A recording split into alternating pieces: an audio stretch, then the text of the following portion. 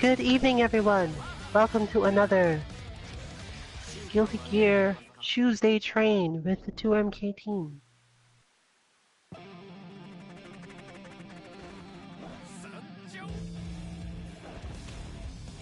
Today, we are guarding our position once again.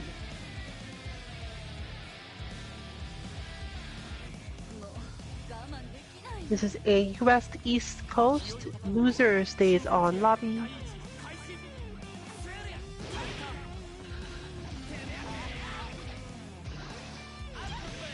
Feel free to join us at any time.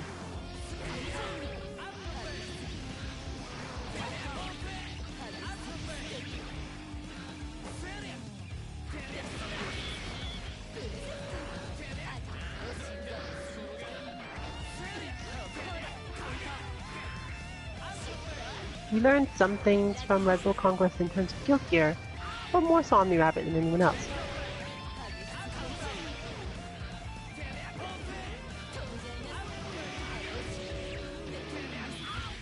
I, for example, mostly learned that Chip has combos that can kill me almost immediately.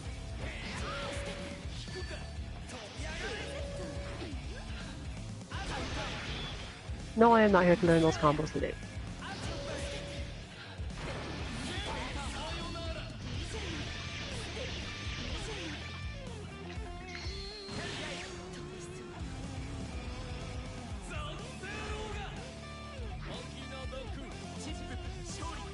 With such high mobility, he's a character who is difficult to guard your spot against, even though he can't really knock you off it all that well.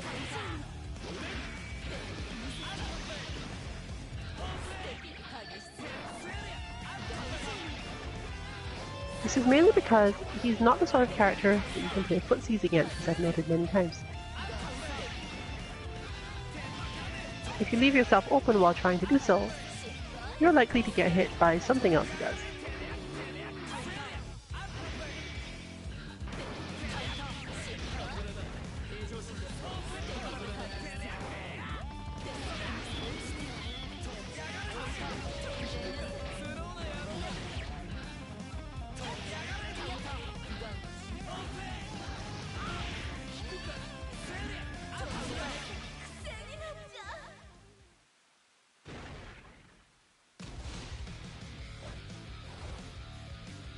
Therefore, he can be fairly stressful to those of us who expect to play standard footsies.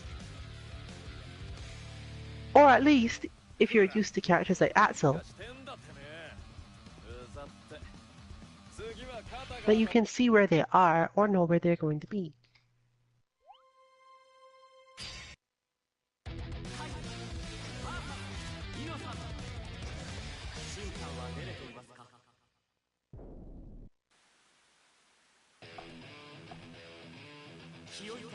But let's go back to our more normal. Now, Kai is usually better at holding his space and defending, which means that most likely Kai will be offense today.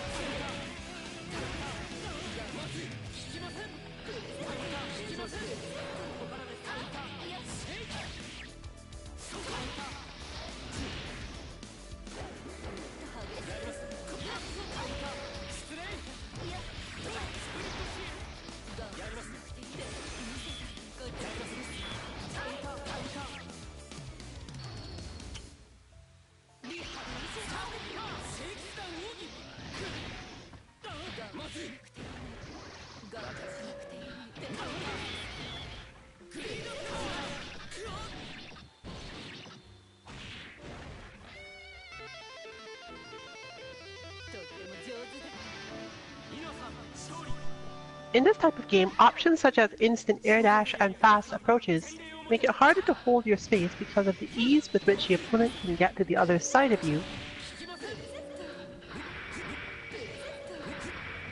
when you do certain things in neutral. In short, in a game where you do not have a quick air movement,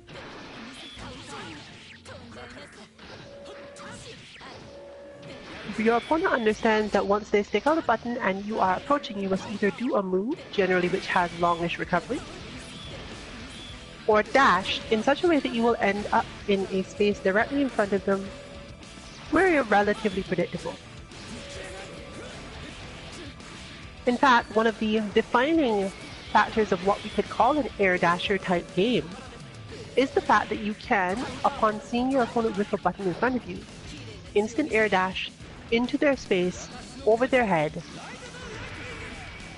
and know that not only could you land an overhead style attack, you could also get to the other side of them and do a cross-up air style attack. Now, lots of games allow you to do long sweeping movement that will take you over your opponent's head in these situations, but not so many of them allow you to do that level of offense.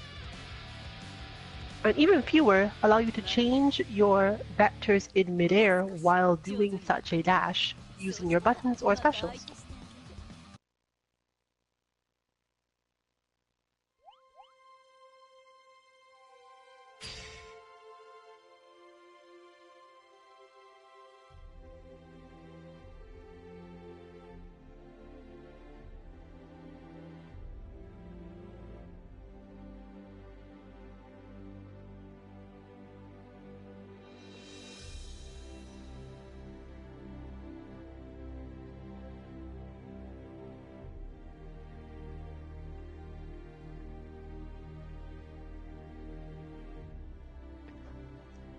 This is further compounded by the fact that not every character has the required speed to react to those things with a special or strong attack in a way that will make sure that they hit you and don't miss.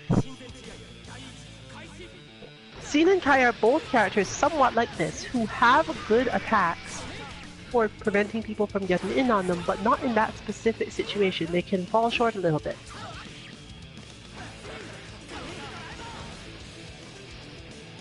So today it will be Sin that guards, even though he normally is quite good at this.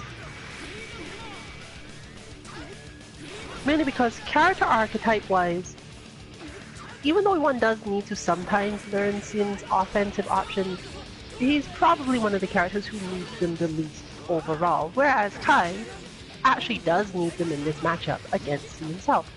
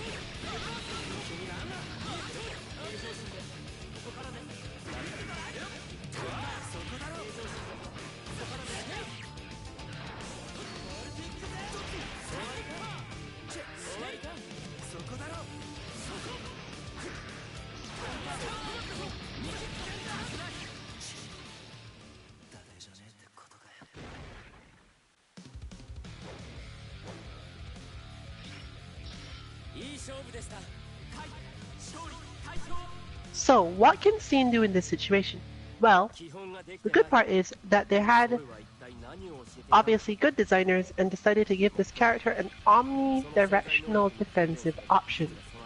It's relatively slow, so unlike a Shoryuken, for example, you cannot use it on your wake up, but it covers a lot of space in a lot of directions, which helps him to deal with that particular situation.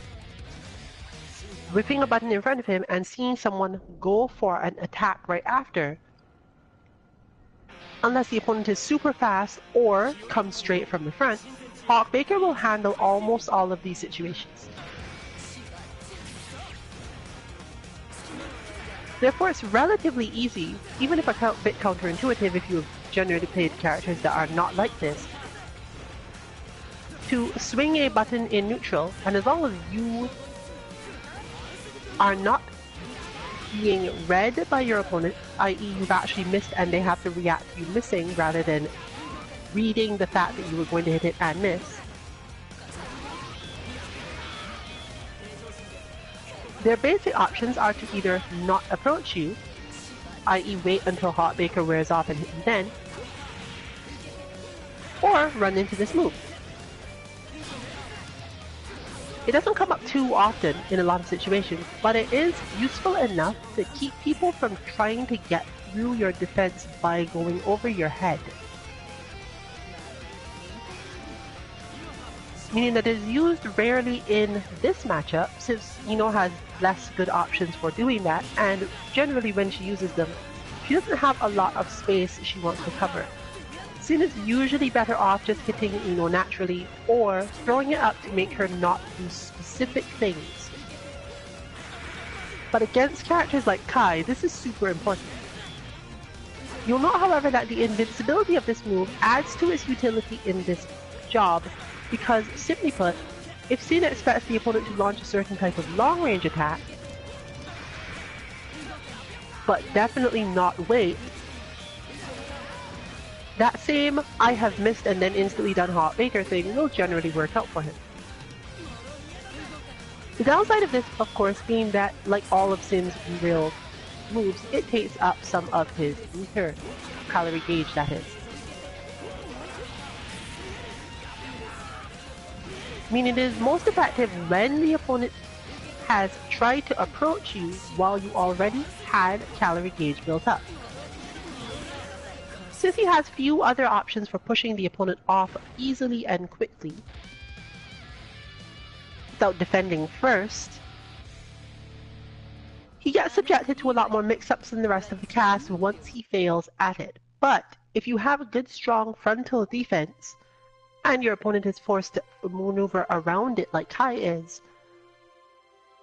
you can use Hawkbaker to defend yourself a lot more than you can any other move, first of all, and most importantly, to do the opposite of holding your space.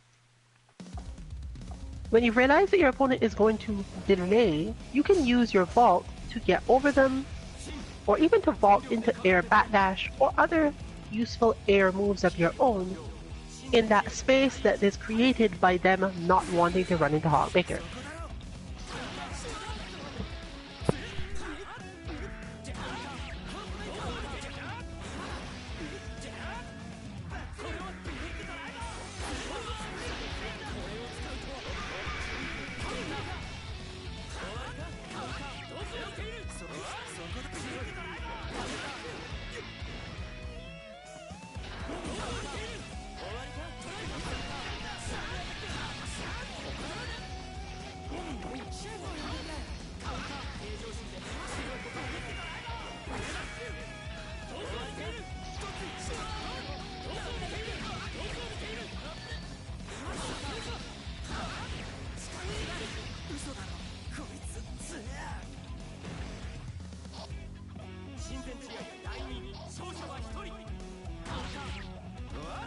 The style of play is more useful for neutral or semi-offense playing Sin players, who tend to use more normals than specials and therefore often have calorie gauge available to use for said Hawkbaker.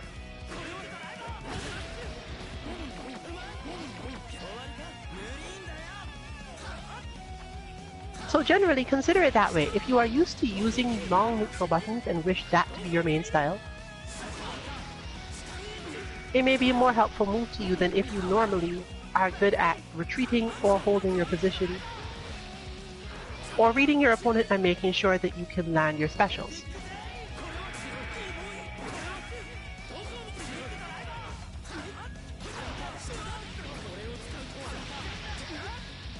Obviously, sometimes you must also adapt to the opponent in question.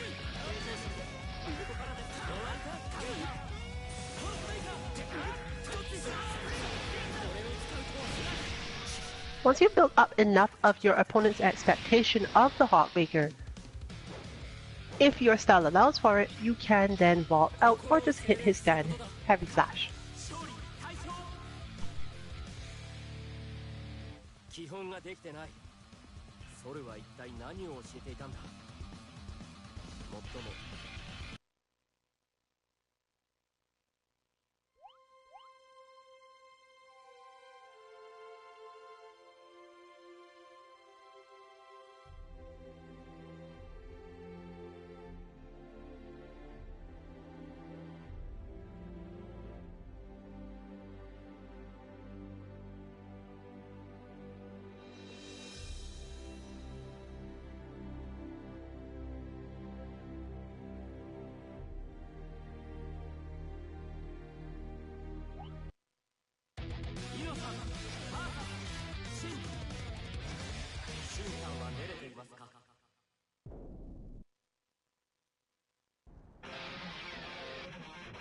気を立たぬよう親善試合第一次開始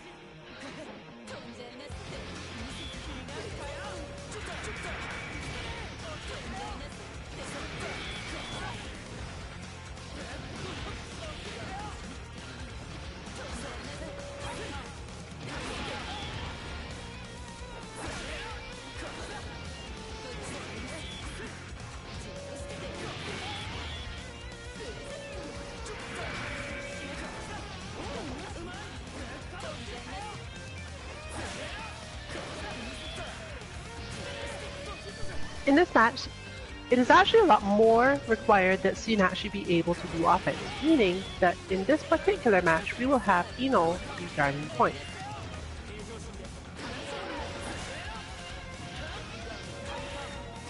Even though, as noted, generally Sin does not need to use this particular skill set,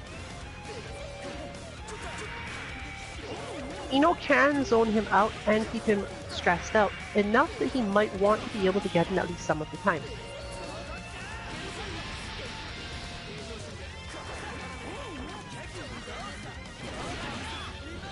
Her strong footsies also mean that getting to even slightly out of spacing ranges where other characters would be at large disadvantage is not necessarily an advantage against Ino directly. Meaning that they spend a lot more time learning and reading her rhythm to know when it's his turn to attack, in the sense that the player will now be trying to move out of the position or something similar. She's also more able to get back to the positions on screen she wishes through his defense and movement than most characters. Fortunately for him, she doesn't necessarily deal a lot of damage while keeping him out. And making her focus on keeping him out means that he gets a lot of options and timings for filling back up his calorie gauge, meaning he can use more moves to try to get in. It can be a fairly difficult adaptation to make if you're used to holding your own position, but honestly it's just advantageous to Ino to hold space in this matchup overall. And in many of our previous matches between these two, you will have noticed that when Ino is holding her space and the life lead, it makes Sin's life somewhat difficult.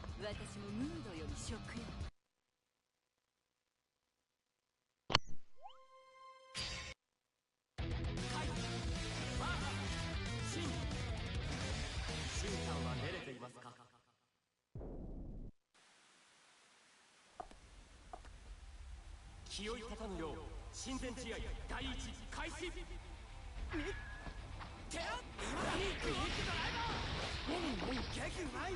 ここだ。終わりか。終わりか。今だ。本気を見せましょう。終わりか。カウンター。できるクイックドライバー。もんケーキできるドライバー。本気を見せましょう。カウンター。終わりか。いいですよ。これなら隙あり。勝負こそだ。平常心でこれならいいですよ。本気で見たいが親善試合第2勝者は1人。そこ下へ行く。見えてますよ。これがレイプアンスのストップ。ビッグドライバー。終わりか。そこだろ。これなら見えてますよ。ビッグドライバー。見切れますか。もう下に行く。ビッグドライバー。下へ行く。そこだろ。できる。カウンター。なんて威力だ。これなら見えてますよ。手あビッグドライバー。手あビッグドライバー。しまった。シェフを呼んでくれ。シェフを呼んでくれ。ビッグドライバー。できる。下へ行く。本気を見せましょう。ビッグドライバー。終わりか。下で終わりか。平常心で終わりか。ここからこいつ本気を見せましょう。今度からです。ハーフメーカースライス。誰じゃねえってことかよ。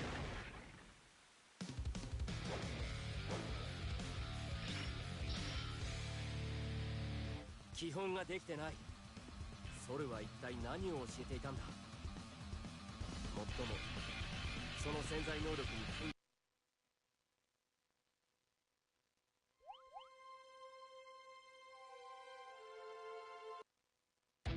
イノさん、バーカ、シンさんは寝れていますか。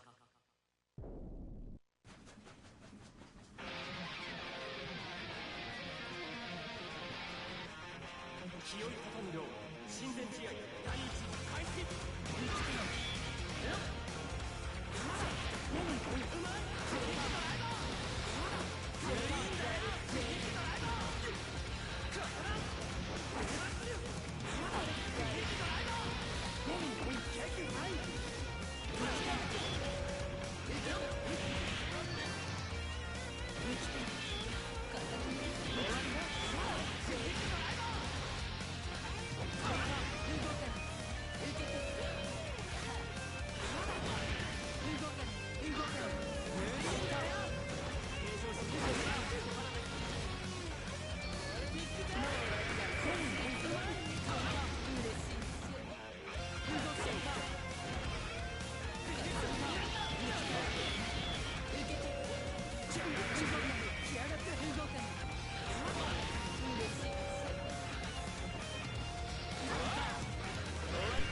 Well, I don't know about dead. I know that getting everyone together can be hard, but once you do, it's usually like... All I can tell you is that Red Belt Conquest was 50 people. And these were like 50 strong people. So... As for this is, as mentioned, a US East Coast lobby, and we don't care too much about the lag, so if you're anywhere in that general area, all the way down to the Caribbean and certain parts of Europe, and you know your internet is good, you definitely shouldn't worry about it. This is why the launch has no specific connection restriction, because like most things these days, we're realizing that the netcode comes down to whether or not you actually have consistent connection, rather than whether or not you have the correct distance from other players. At least for beginners.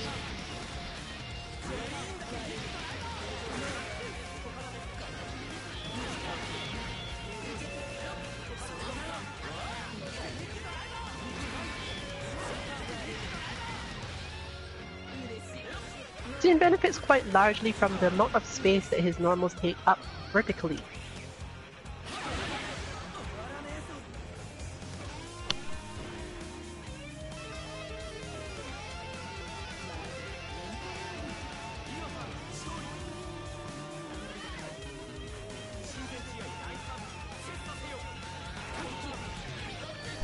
This allows him to move into positions without worrying too much about where his opponent decides to go in reaction to his movement.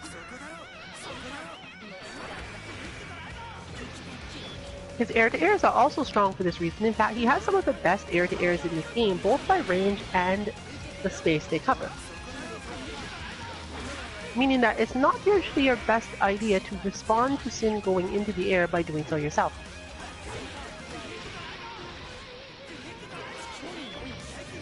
Air-to-air may in fact be one of his best options for dealing with certain types of slower air approaches. Quick ones, obviously, you can just, again, hawk, Baker, or deal with other ones.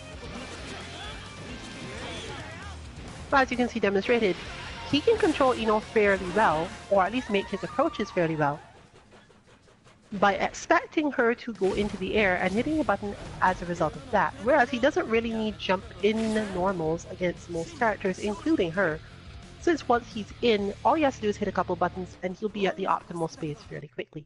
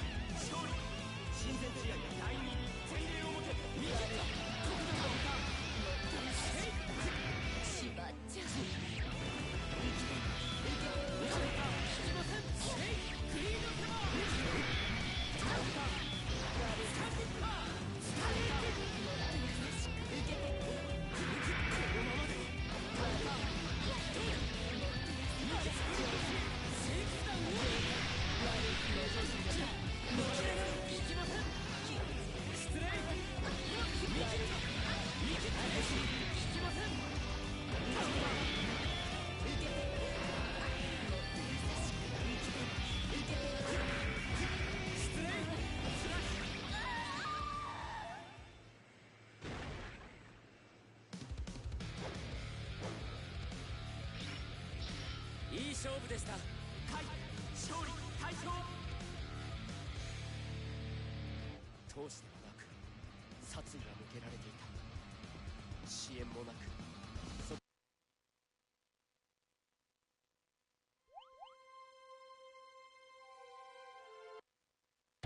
イノさん、マーカシンさんは練れていますか？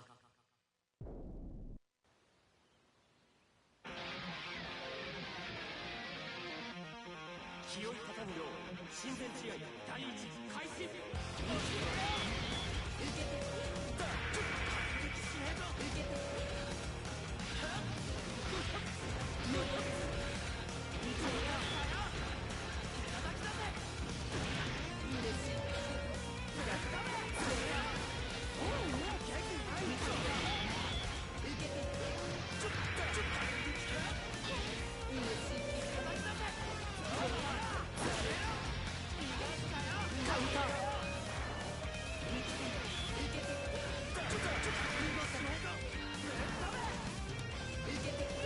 Do not worry, all you would have learned is, well, there's a ton of Ino combos I still can't do.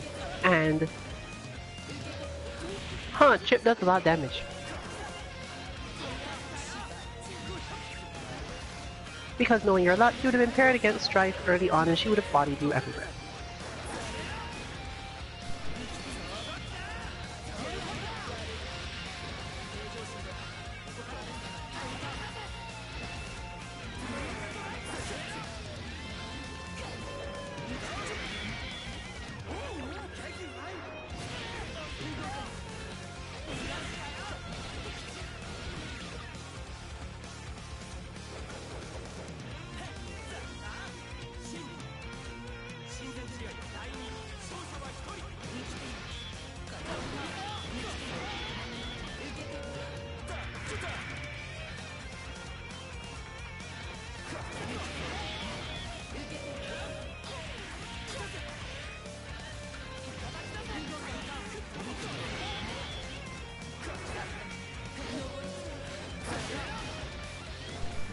Xin is also a character who does his approaches by continually shifting his momentum forward or backward.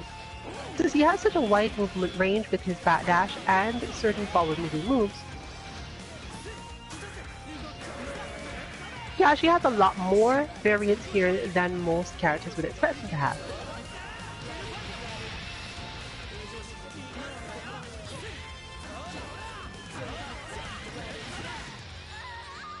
As always, understanding offense is knowing when your opponent is less likely to react correctly to a risky offensive option that you use. Obviously, as you get higher and higher, this becomes more and more difficult to deal with.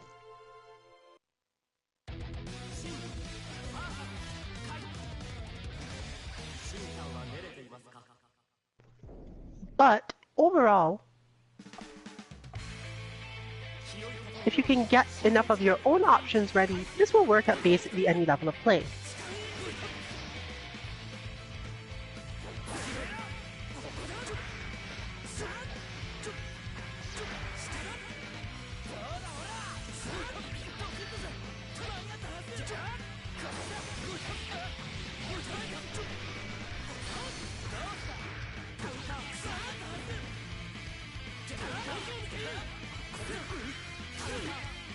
In general, Footsie characters are given a couple of single, extremely difficult to set up, but very safe to do options. Kai is one of these characters who does not generally have a lot of options for making you deal with a lot of mix-ups in his offense, but he can definitely B+ a lot.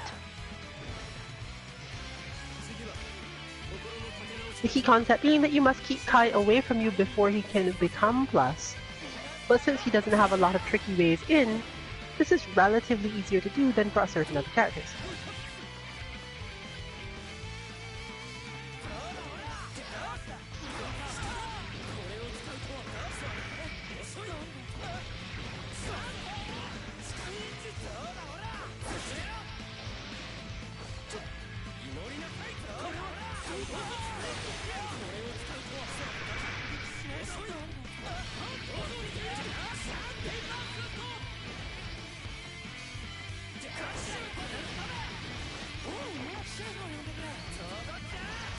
His long normals allow you to play the game as if you are going for a full-on attack, and then defend yourself.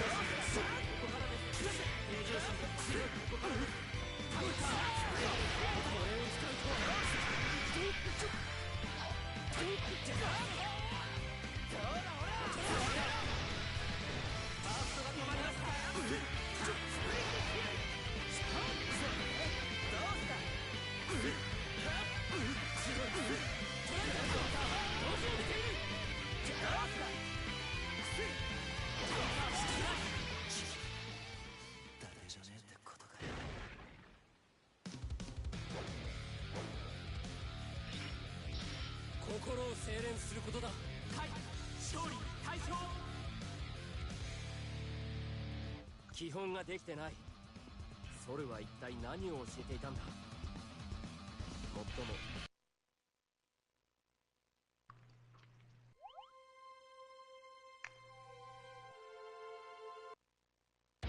シンバーサイノさん、シンさんは寝れていますか。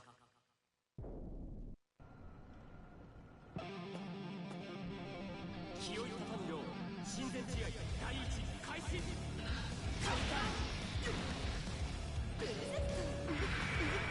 綺麗な血を見せ。そこだろ。そうね。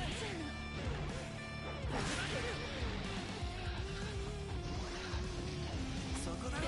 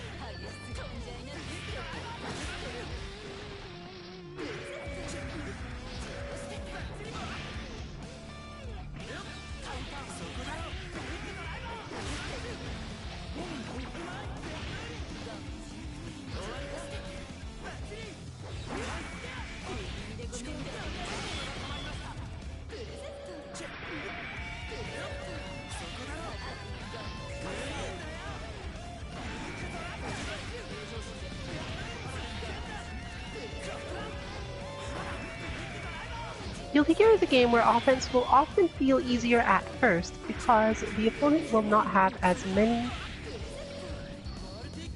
standard ready feelings or counters for your various more additional offensive options. While they do have some relatively universal or easy to execute ones, these are easily worked around or ignored. Meaning that the defense game in this game is not necessarily strong until you've got a large concept of your options on defense that don't involve just waiting for your opponent to get close and then doing something.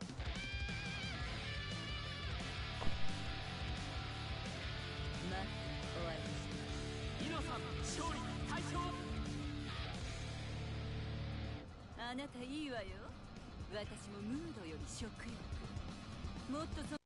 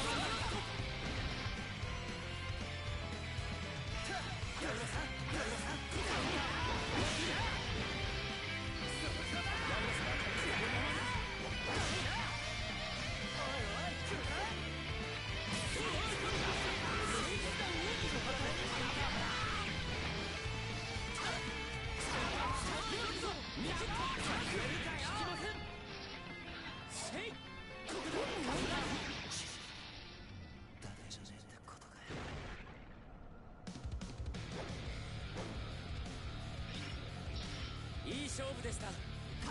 勝利大勝。基本ができてない。それは一体何を教えて。 Remember above all that the point of this point guarding is not necessarily to teach you offense or defense in itself. These are principles you can learn through other means, sometimes a bit faster. However, offense and defense are generally separate enough for most characters in most games that understanding when you need to be in which flow is extremely important to you as a player.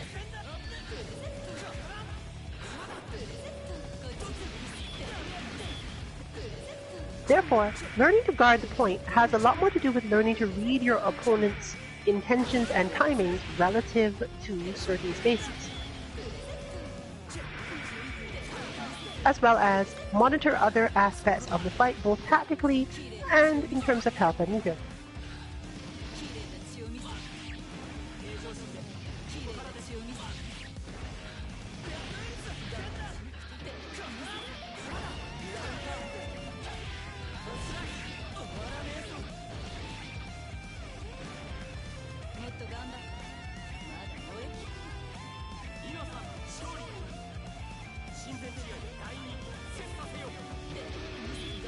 Therefore, it is not actually required that the player who is guarding the point spend all of their time on it, as we mentioned yesterday.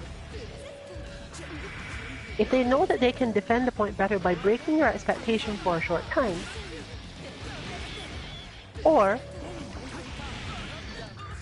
get back to the point by not rushing there, this is their optimal scenario. And it's by learning this that you can find yourself improving in terms of your flow.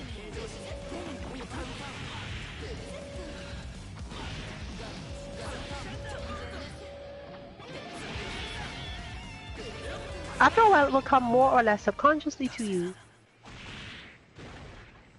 to recognize your opponent's flow and intentions, at least relative to offense and defense in your current spacing. あなたいいわよ。私もムードより。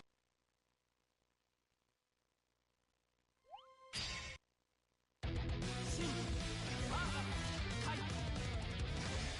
ンさんは練れていますか。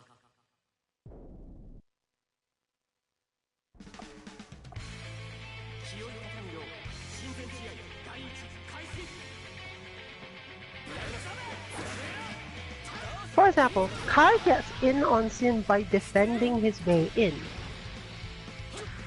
meaning that Sin doesn't really have to hit a lot of buttons in the first place or even any specials.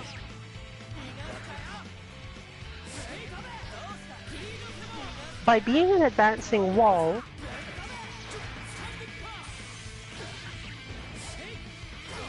Kai gives the impression that Sin should do certain attacks, but since he is not the sort of character who needs to commit too much, it's difficult for Sin to get any actual damage with relatively slower moves. In fact, even Elk Hunt, his slide, is not only less likely to damage Kai a lot, even though it is safe, it does use up the calorie gauge and brings Sin closer to Kai in a way that benefits Kai.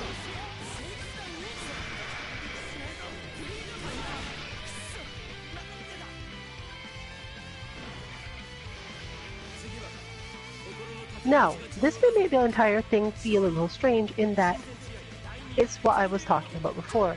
Sin actually has to approach Kai at least a little bit in order to prevent Kai from finishing his own approaches. Fortunately, Sin has like 2 or 3 forward moves that actually help quite a lot with this.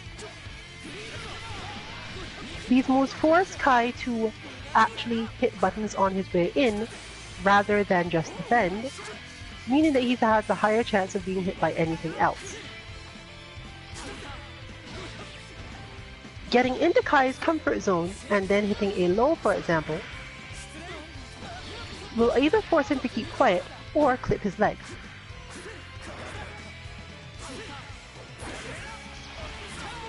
But since Sin is much better at controlling the space he wants to be at in this matchup than Kai is, we have the basis of that tactic I mentioned prior.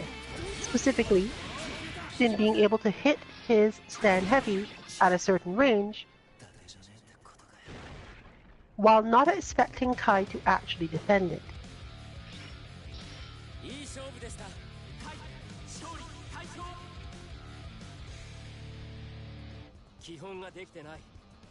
In games like this where not all moves have actual pushback and some of them have pull in or other various vectors, you have to be more aware of your options relative to where to put your opponent. This is also a game with much more sliding and pushback in some moves that it does have, meaning that what might feel standard in another game is not so standard in this one. But we're back to Sin's struggle of getting in on Ino defending. Ino appears to be defending her rock at the moment.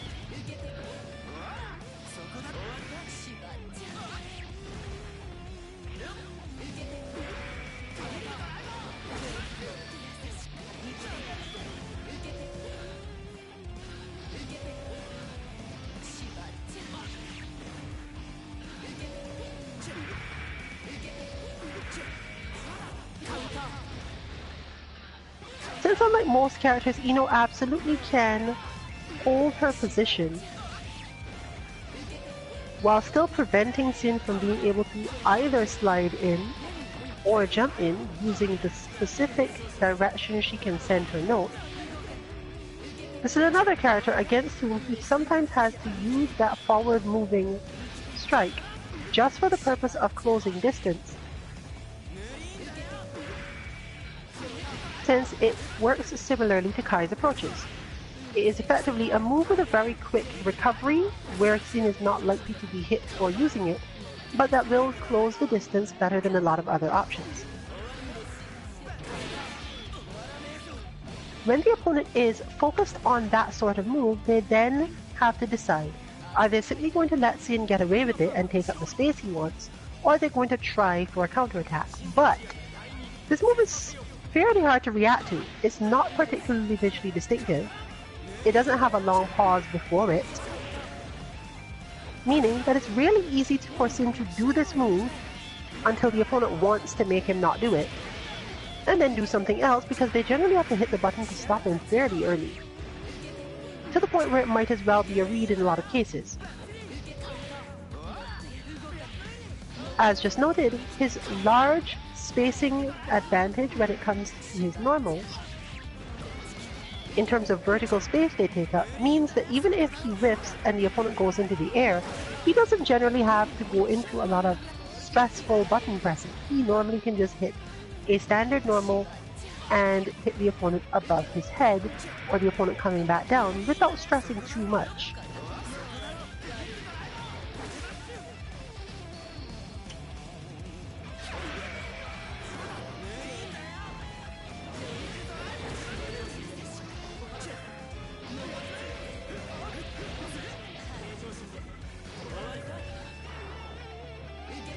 This in a sense makes him stronger than Amara's other two main characters, Ryu and Honon, who at least telegraph their forward movement enough that the opponent can watch for it and not have to rely on flinching in order to react in time.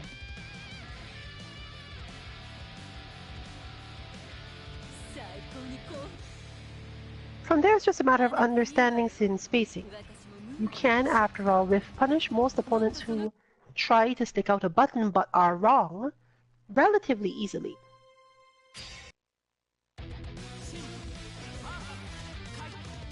Making for one of the core aspects of Sin offense.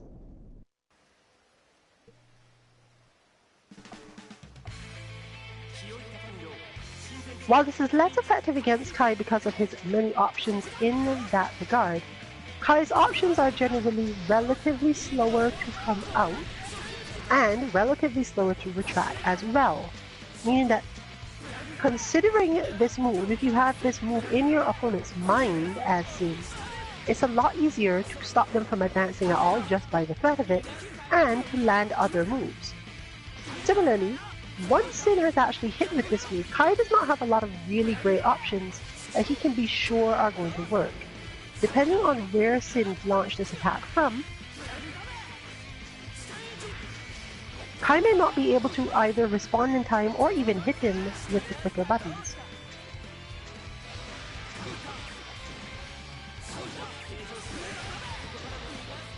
This of course then opens up Sin's zoning game again, since Kai must pay attention to all these things, stick out buttons and hope and so on, making it easier to land Beat Driver.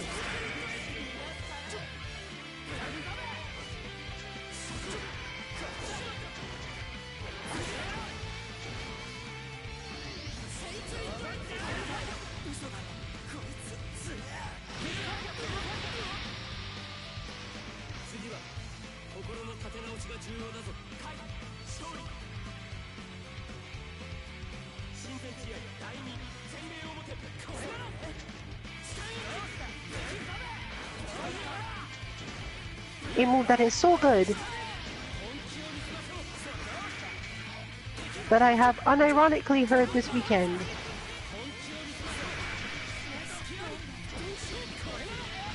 Someone asked, have you made sure to tell the people about our Lord and Savior Beat Driver?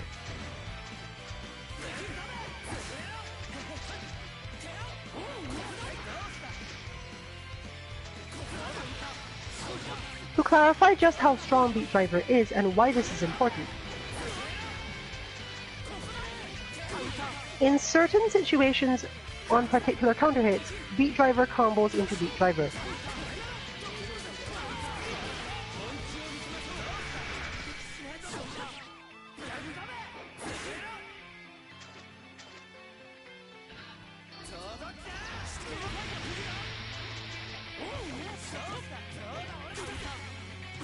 Which is quite honestly, in the case of those who are less familiar with this type of game and have generally only played Street Fighter or Tekken, is like being able to do Hadouken or God Fist into God Fist.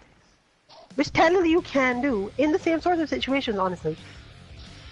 So you get the idea.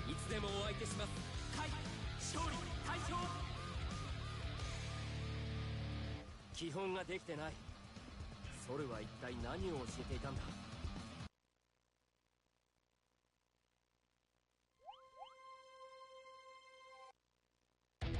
シン、ハーハ、イノさん。シンさんは寝れていますか。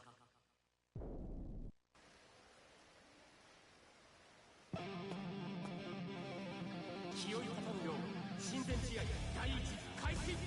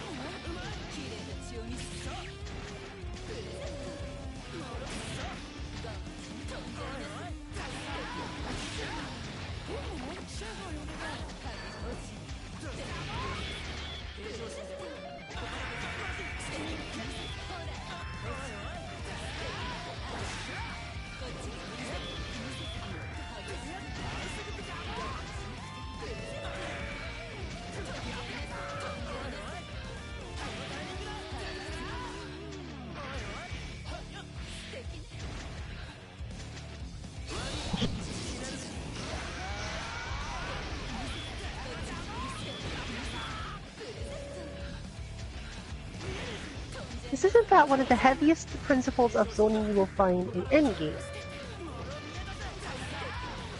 Knowing which moves to use and when to make your opponent attempt to keep you out with buttons, and then use the fireball as basically the longest range poke available.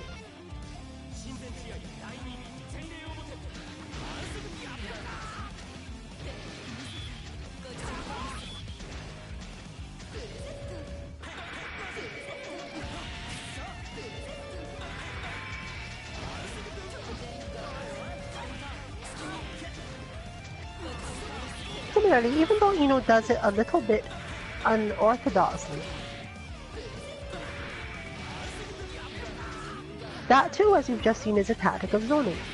Leaving your wall of projectiles open so that your opponent believes it is time to go in before you throw another one, and then using a move that will counter that approach.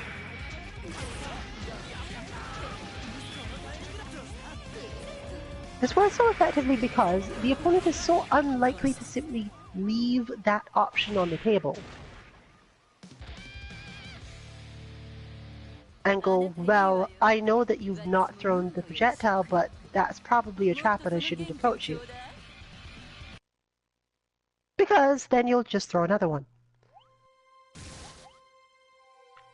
The difficulty therefore being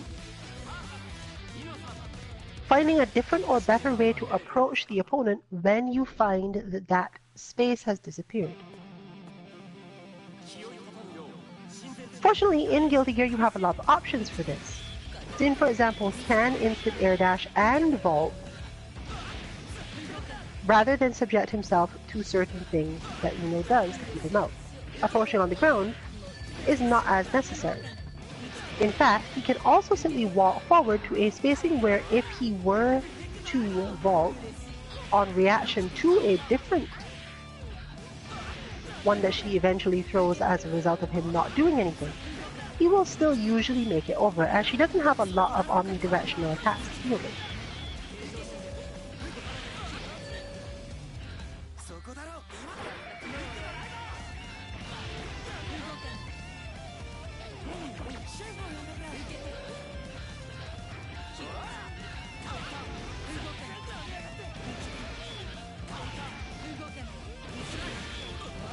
This is generally true in games with characters who have unconventional projectiles.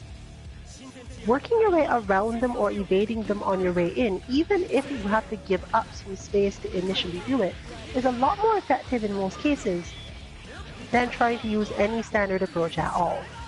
This is not because the opponent can't deal with it, but simply that you have to accept that they're already putting a lot of mental effort into that, and posing the right type of threat is in itself a matter of stress to them.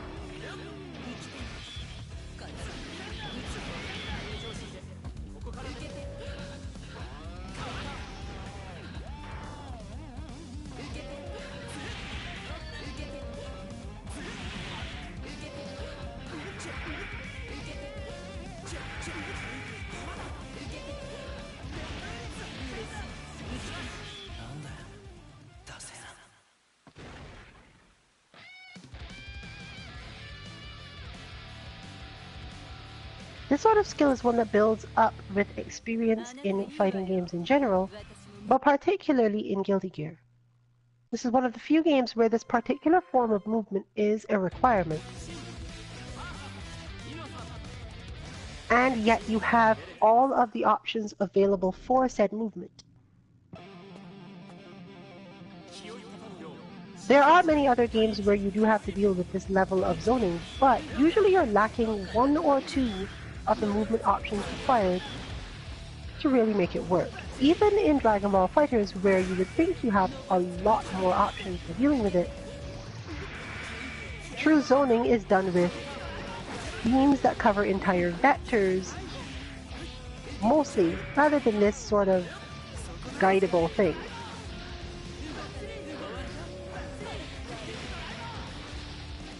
And Ino's note in particular is a specifically difficult form of this.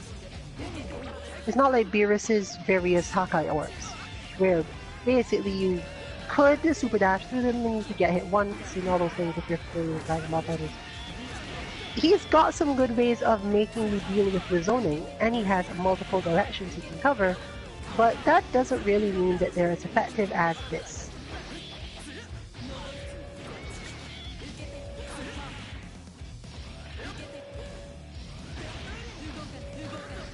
The additional stress of this sort of thing is that when we are beginning in fighting games, we don't have enough experience to feel when we have done something correctly and follow it up. In other words, we are so focused on, for example, seeing if we actually dodged the note,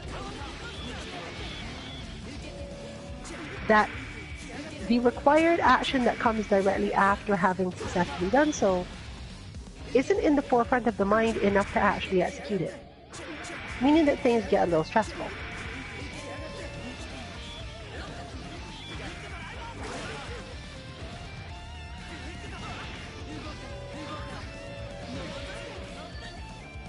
And this is not just in this game.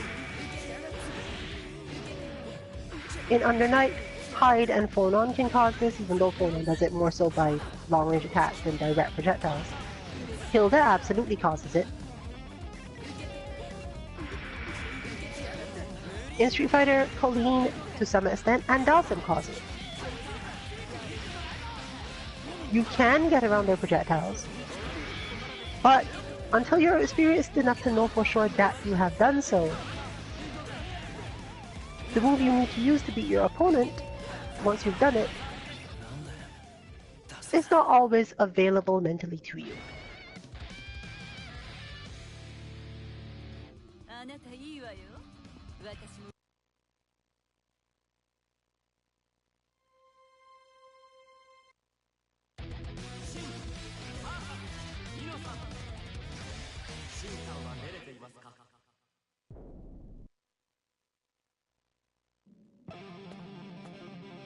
清い畳の親善試合第一開始。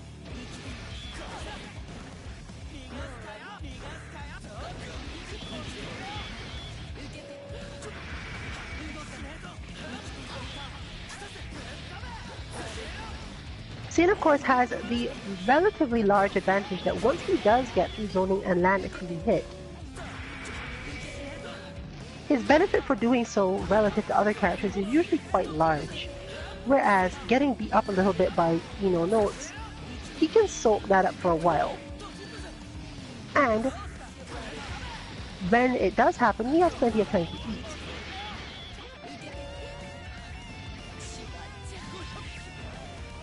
Forcing Ino to go on the offensive at least a bit to make sure that he does not.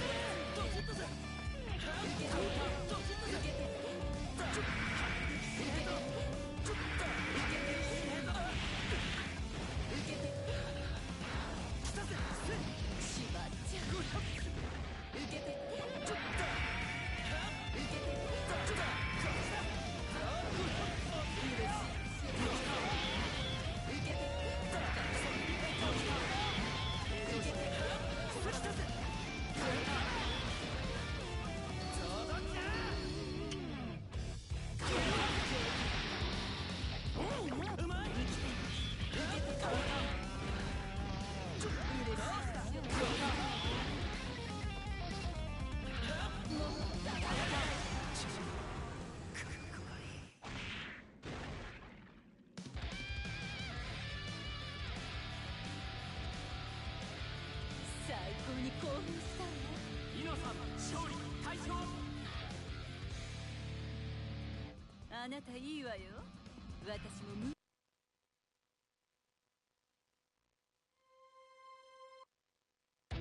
シン VS イノさん。シンさんは練れていますか。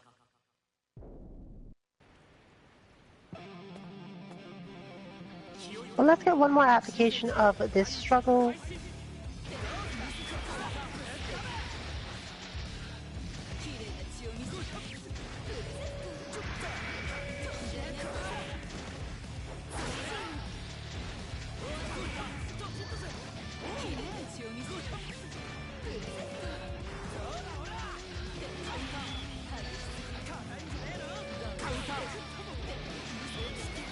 Before we let our defensive player return to defending.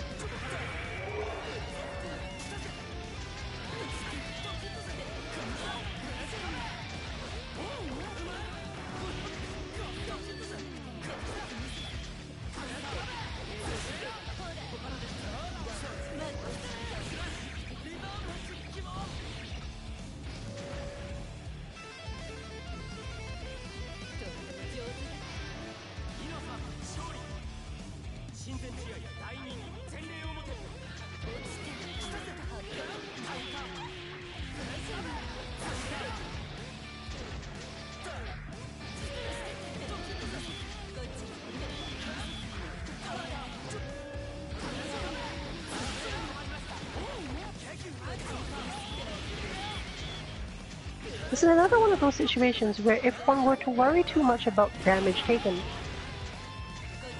you might completely miss the actual status of the match. Ino in this case having nearly full meter, and the capacity to keep Sun at bay for quite some time, means that the life lead is not that big a deal.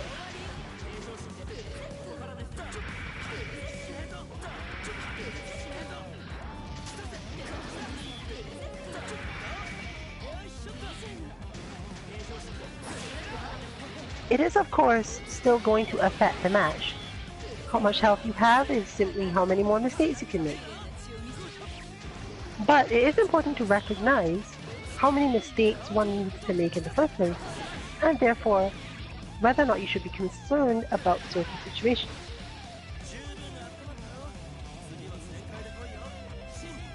If Ino loses this match in 3 mistakes, then the difference between 2 and 3 is not really that big a deal.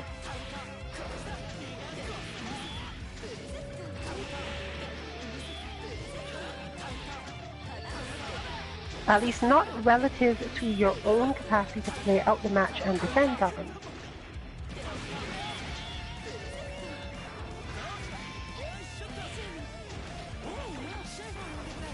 In other words, if you've been managing to defeat an opponent without much stress, holding them off for long periods,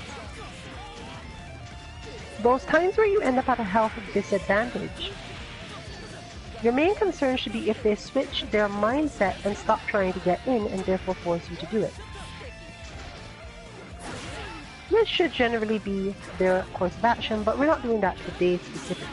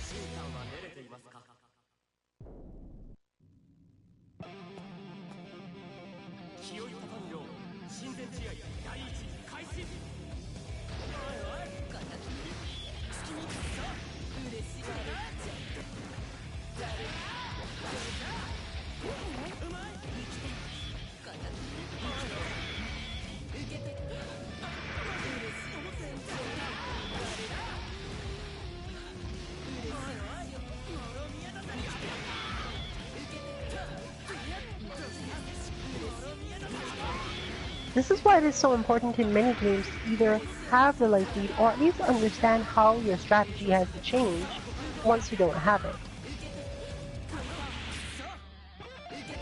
If you know you're not a player who is good at defending against a particular character,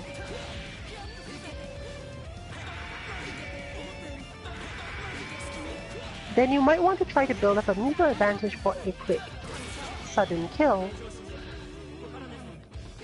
rather than trying to beat them up by getting a life lead that you then have to defend.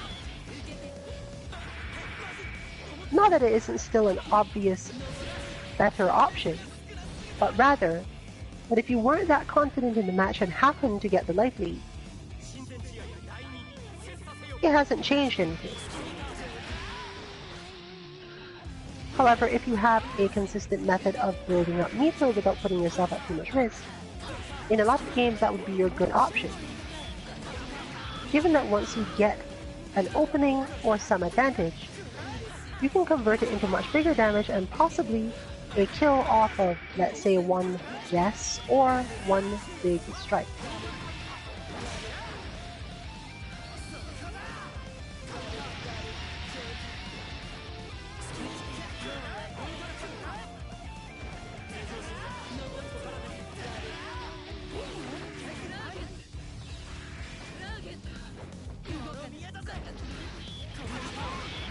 In this match, for example, Ino doesn't generally benefit too much from having a meter advantage, but she does benefit quite a lot from defending super well.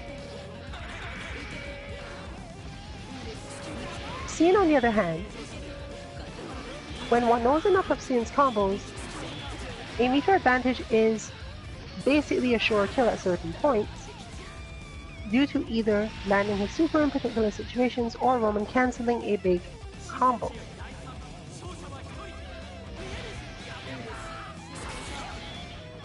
This actually evens out the match because Sin doesn't really have to care whether or not he actually gets in on Ino, but rather whether or not he's building up any meter and if he has to use any of it for anything else on the way.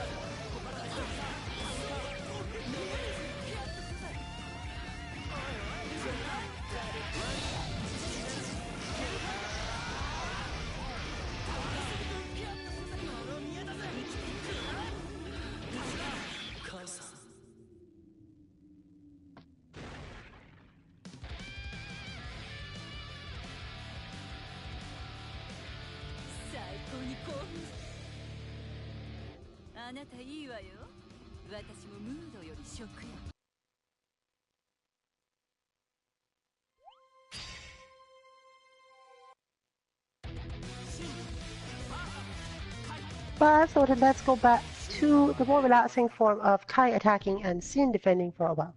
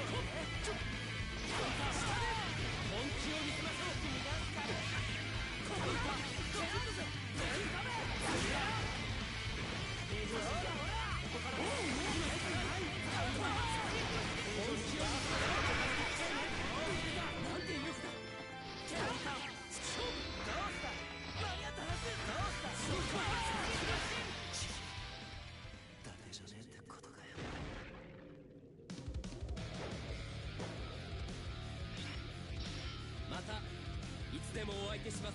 はい、勝利。基本ができてない。ソルは一体何を教えていたんだ。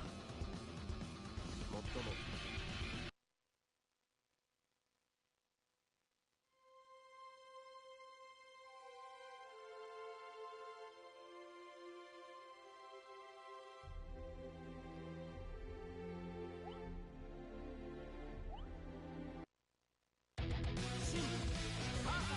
バイケンさん、シンさんは出れていますか。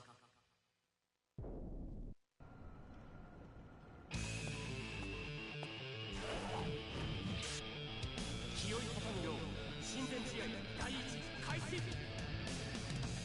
わりぜ。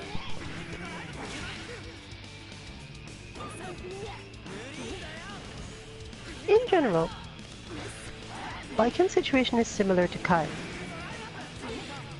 She has to have a certain core understanding of how to get in this matchup to be effective. In this case, therefore, we will make this the next level of this sort of thing. We will actually focus on the life leads. We will simply treat it as whoever has the life lead should be the one guarding their spot.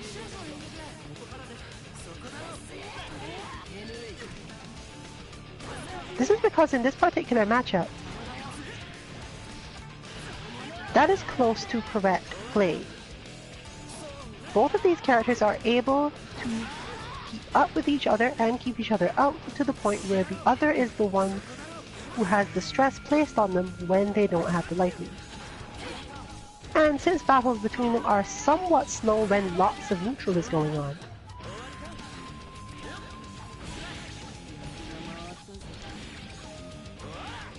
at the lower levels of play, it is likely that the time will in fact become a factor.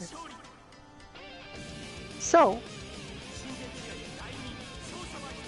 in any further showings, we will be using that as their flow in this match.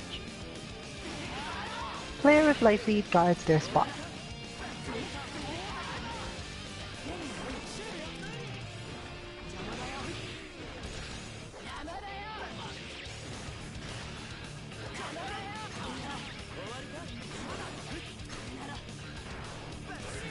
While Baiken has similar ways in as those used by Kai, she lacks the very long grounded attack and the invincibility in certain spaces required to make this conversion the easiest.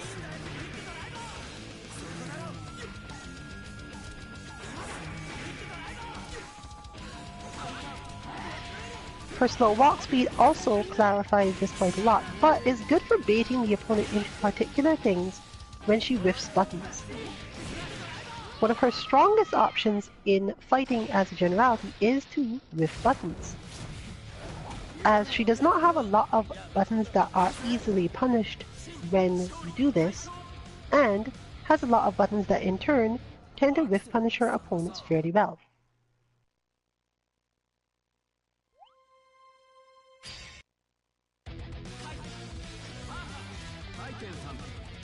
This match is more or less the same, so we're going to see a lot more of that in the second half of this stream. Whoever has the life lead will be the one mostly guarding their spot.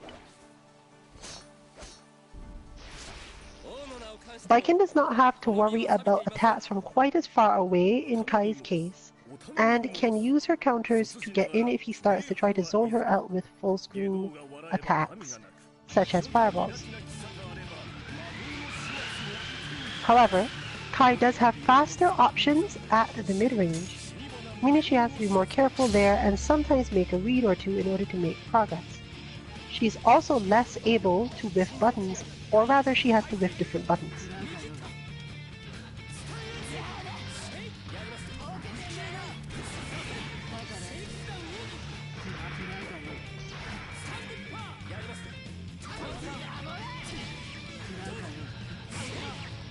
The thing that helps most here is the combination of the long active time of Baiken's standing hard slash, as just shown there, and the fact that she can jump at more or less the same timing and throw out the air tatami mat.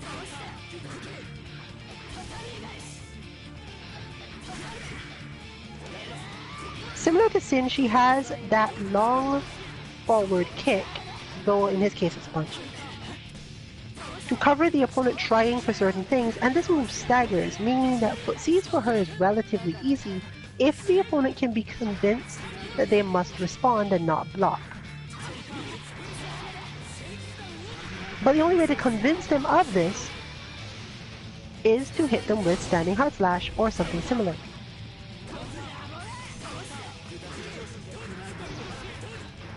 She does have a lot of priority in those situations though, meaning that with just those 3 buttons and a willingness to jump at particular times, she can control a lot of opponents once she's gotten into the range, which is effectively the max range of those 3 moves: crouch heavy, stand heavy, and the forward moving kick you just saw.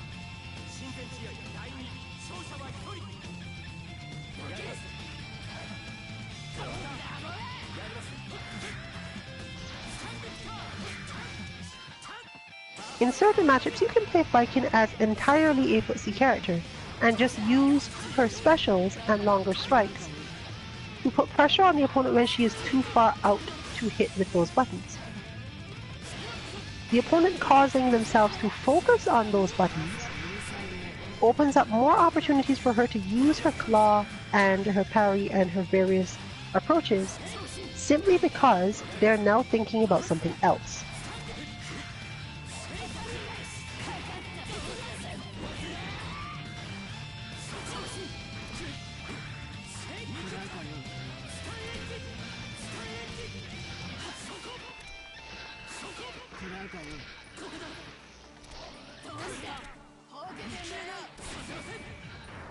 This is actually partially why her standing dust is so long. It makes a good counter to the commitment for other things, while still not being all that punishable. By using these moves correctly, she can change the way her opponent thinks about the match enough to get some advantage.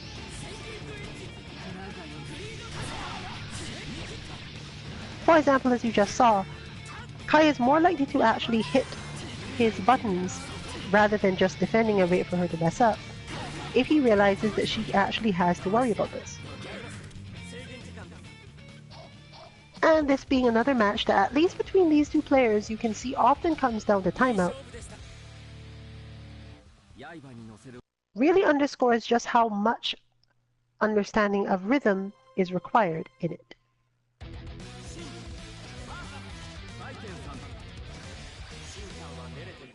So let's see how that plays out this time around. Once again, whoever has the life lead is going to be defending their position.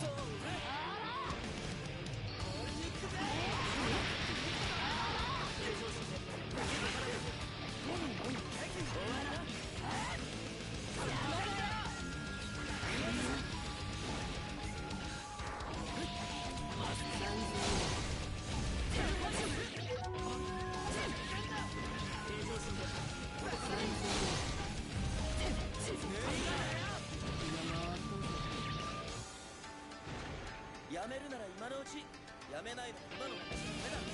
真勝利。新ゼクリア第3弾セットせよ。カウンター。そこだ。変わりない。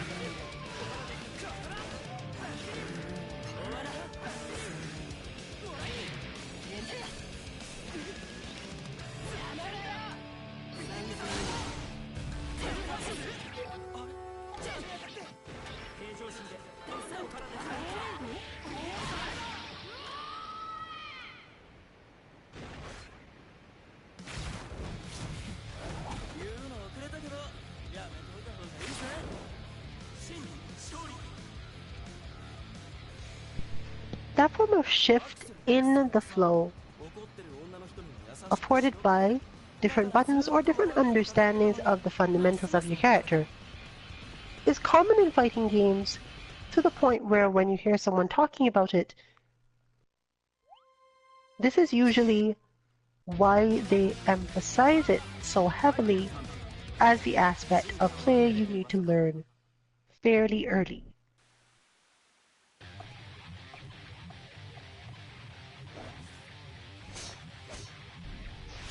Of course, without understanding a bunch of other stuff before it, you may not be able to understand it in its fullness and therefore see the good effects of it. But once you have that foundation,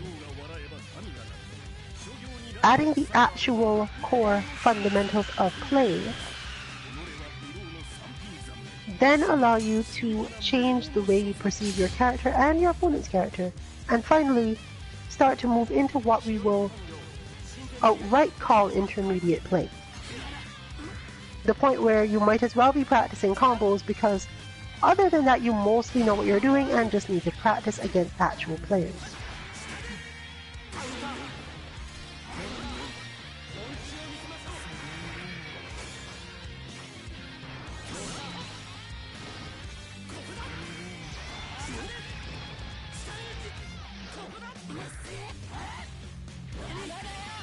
Fortunately, at least for the fact that we would like to keep this as mostly a beginner lobby, actually practicing all of this takes quite a lot more time, but is the part of the game that most people will find fun once they understand it.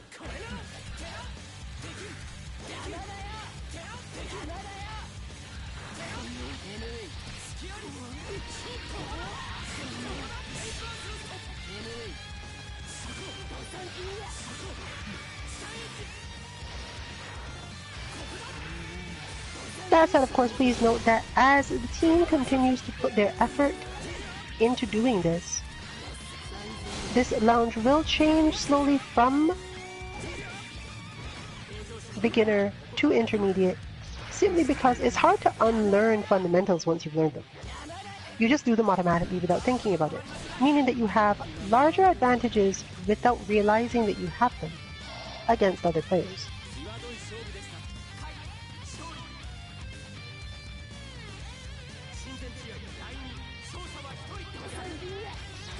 Since our goal and aim in the FGC is to teach up until approximately this level,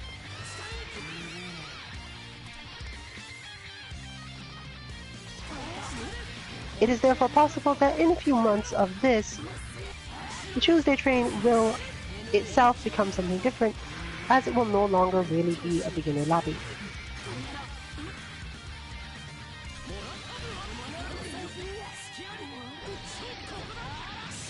However, the thing about fundamentals is that it covers a lot of ground in a lot of games.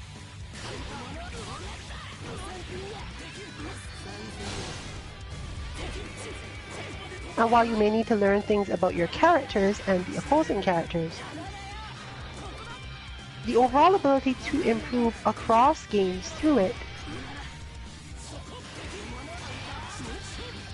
means that a lot of our quote-unquote beginner content might stop being so beginner.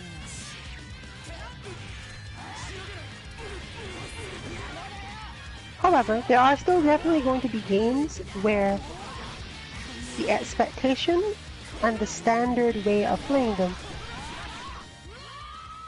either differs in some way, or the fundamentals have some additional piece or some piece taken out that we're used to, forcing a reapplication of the concept of fundamentals in general. Guilty Gear is, however, a really good basis for it, so it's likely that we will be using our level of understanding of it in Guilty Gear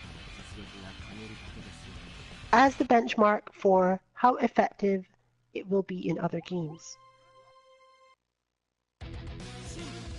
Except Injustice.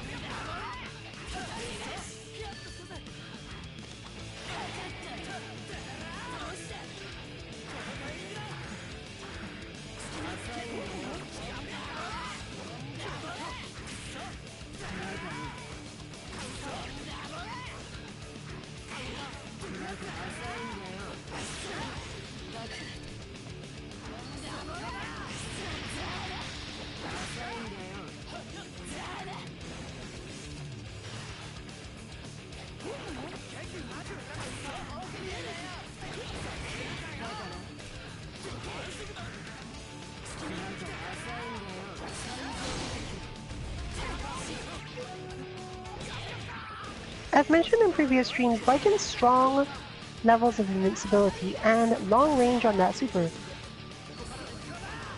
means that there are a lot of matchups in which she would rather just build up to that and utilize very fast reactions than use her Roman cancels for much, especially on defense.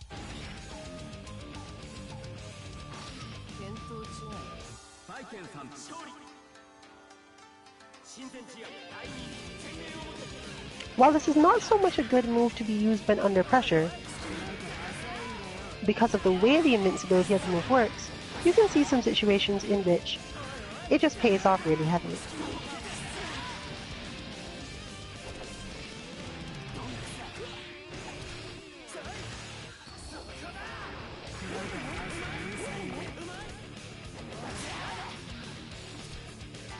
This is generally balanced out by the fact that she's not so effective with this move on offense, except as a lead.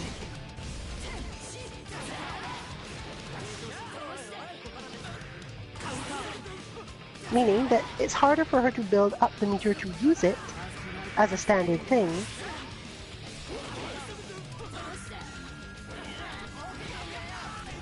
and this affects the rhythm in which it gets used. In the optimal rhythm, Baiken does without this to get the life lead, manages to get the life lead without using the meter, then retreats into her defensive stance and uses it at the incoming enemy.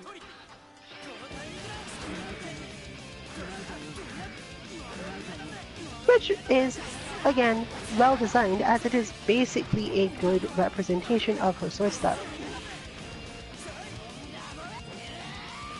But she does have to be patient about how she gets in and how she builds up this meter,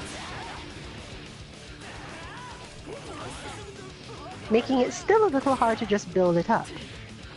She's not a character who can just do moves and hit buttons to go in, nor does she move all that quickly. However, the slow walk speed does kind of help because she builds up meter by the amount of time she spends moving forward rather than the distance she moves. This move also scales relatively heavily in combos, meaning it is best used as a defensive counter. Managing to counter hit with it is often a massive damage boost.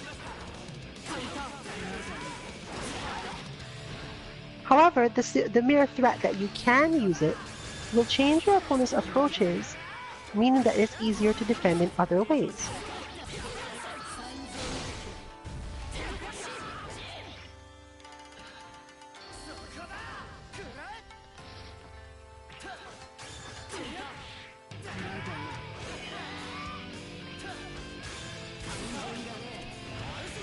As demonstrated there, the opponent must make more effort to use moves that will avoid the hitbox on that one, but those moves tend to be more parryable or counterable to Baiken as a general thing.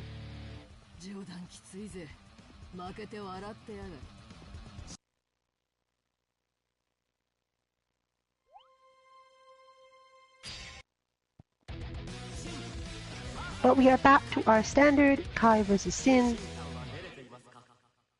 Sin will continue to guard, but again use his forward move to throw off Kai's spacing and push him back out.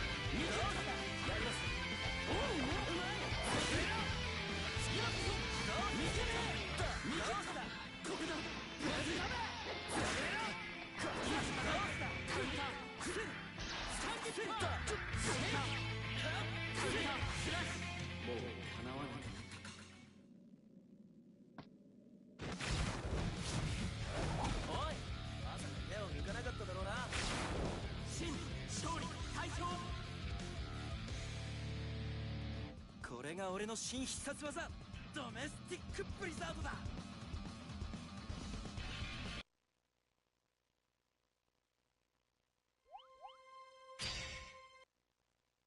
マイケルさん、進化は出れていますか？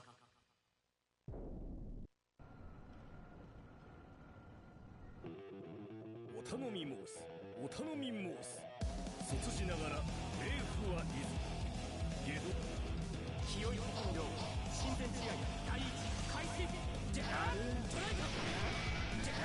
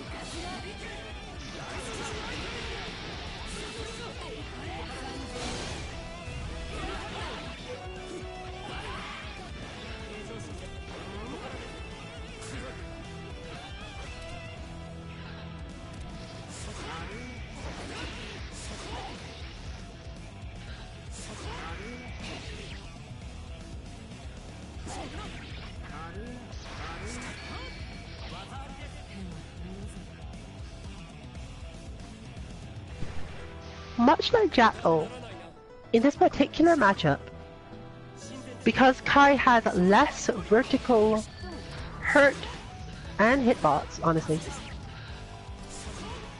Should have said hit first.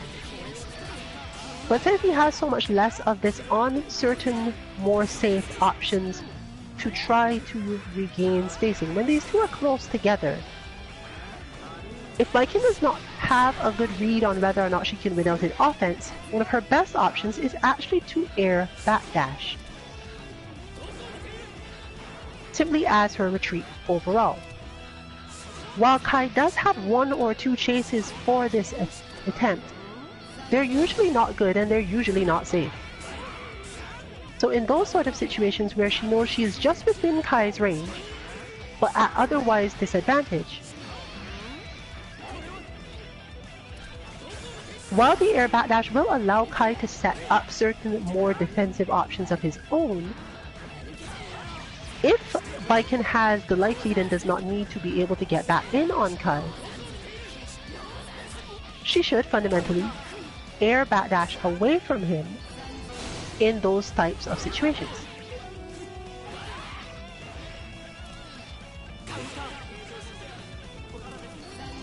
Since the resulting situation that causes this is normally one like this, where the two are close together as a result of some interaction that was blocked,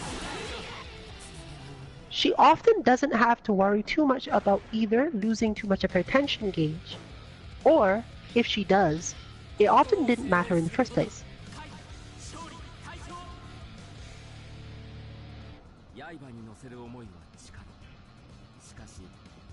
Kai cannot generally afford to immediately try to chase her even if he waits a little bit, because she has so many good counters, parries, and normals for the job.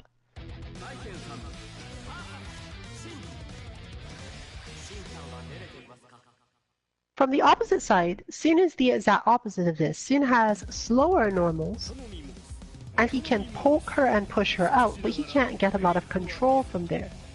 Meaning that generally Baiken wants to, especially if she has meter, just sit in front of Sin and be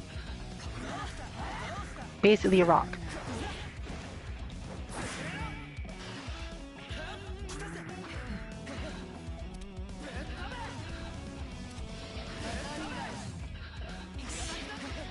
Counterattacking on her own may or may not work, but it's generally that Sin is the one who wants to do the backdashing out of that situation.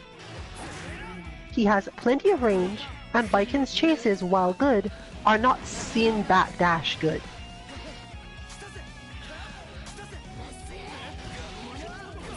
meaning that if they're just out of each other's range or just within it, and don't know what else to do, Scene creates a bigger mix-up by backdashing, because the Viking player does not know whether or not it is time to do a particular thing to try to stop him, or shift altogether. But since Viking no longer has the life lead in this case, she has to figure out how to get in eventually.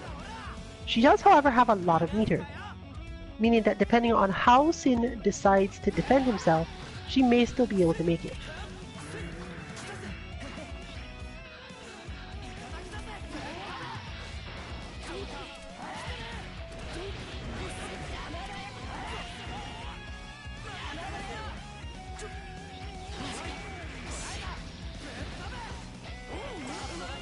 Patience is therefore super important here, even given the timing left on the clock.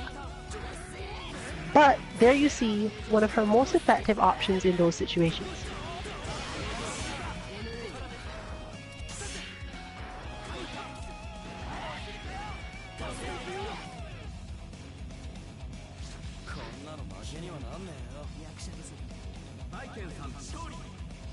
With absolute full meter, Viking can Red Roman cancel her super at any point up until the third hit, I believe.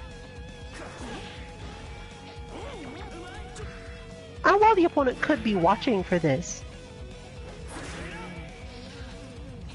the different hits create space manipulations that she can use to her advantage.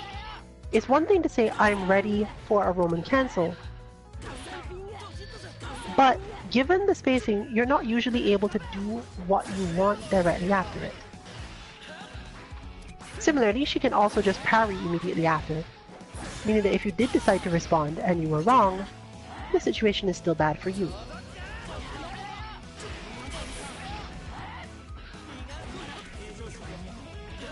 Generally though, this is a sort of desperation situation for her.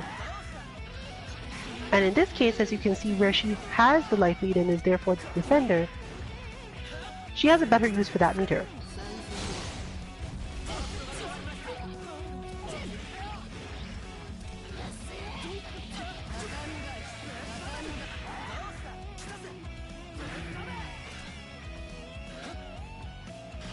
Even more interestingly, since she often is able to counterattack directly after it, as in move forward and attack more, but her strong buttons tend to put her in ranges where most characters cannot easily counterattack her.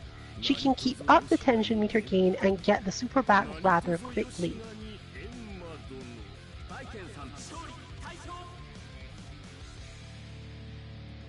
Meaning that the opponent is more likely to have to try to do their thing against her while she doesn't have the meter yet.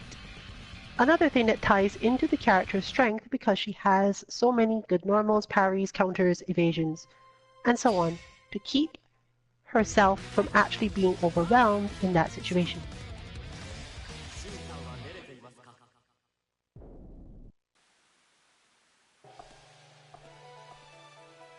But back to family disputes.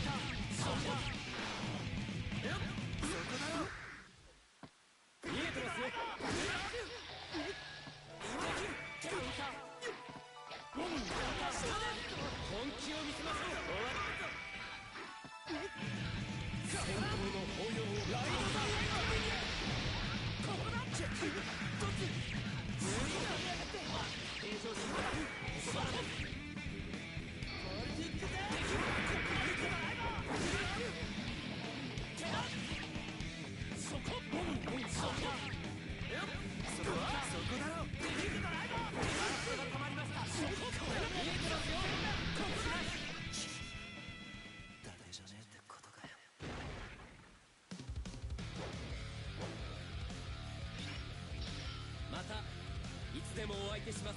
はい勝利。基本ができてない。ソルは一体何を教えていたんだ。もっともその潜在能力に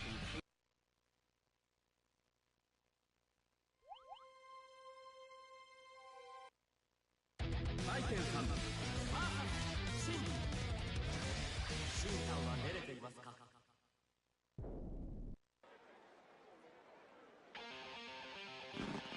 気を立たぬよう親善試合第一開始。いますかよ。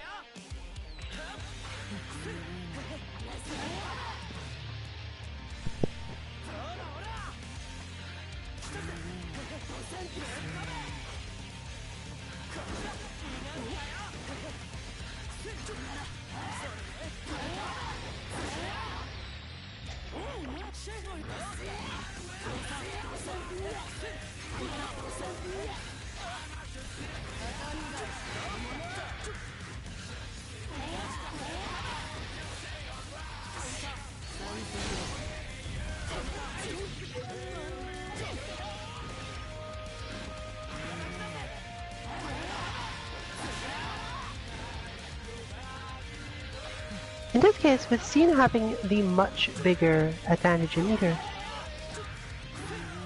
and Baiken's meter not being quite so good for approaching in the first place, she has to play this a lot more carefully.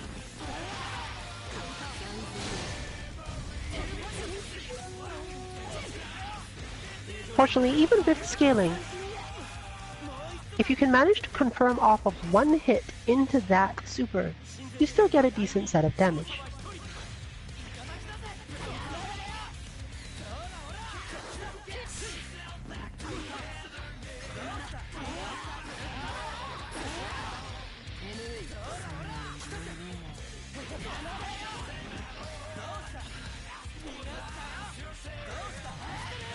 Among the advanced techniques that Baiken can riskily use in this matchup are her advancing parry, not her actual counter-strike, as in forward parry,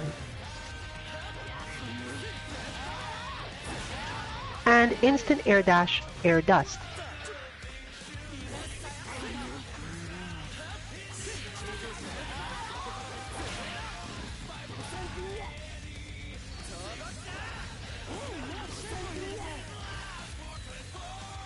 Sin has very strong potential counters to both these things, but depending on Baiken's commitment and the mindset of the Sin player at the time, she can get a large reward off of these moves.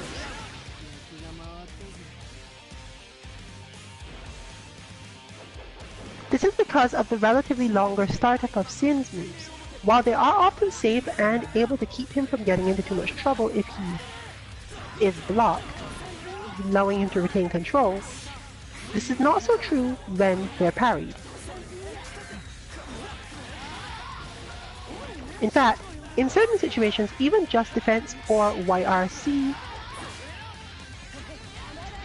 at particular timings in that strike, or at the very worst option, to basically run in, block, and do your dead angle attack if you need space or want to get more corner control.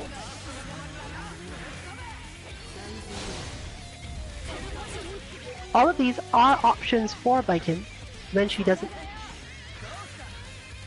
want to risk trying the super, simply because the damage she will take if Sin goes for a quicker button is often not as bad as you'd think.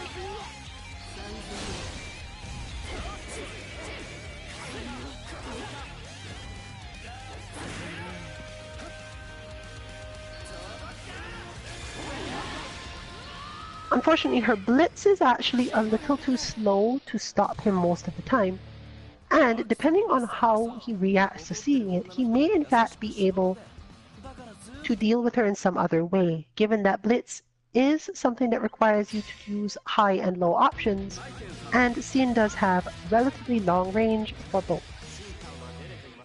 The same stands for Kai actually, which is another reason why you don't see that used that much in the matchup as an approach tool, and generally, given the range that Kai and Xin attack from, it's not really a defensive tool either.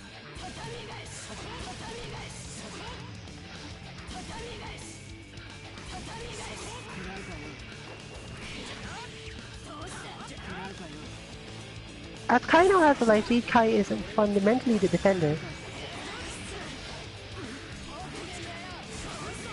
But do remember that the rhythm involved in defending does not mean, at least not in this lounge, that you actually sit exactly on your spot.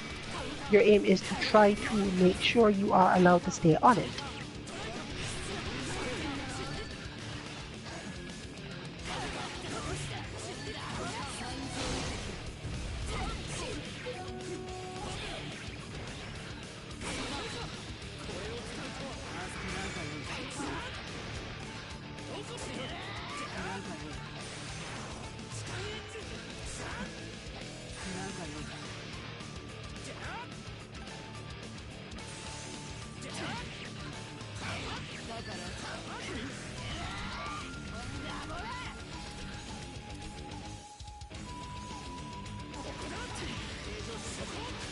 Kai is also a character who is strongly able to take advantage of the opponent not wanting to approach him or not being able to.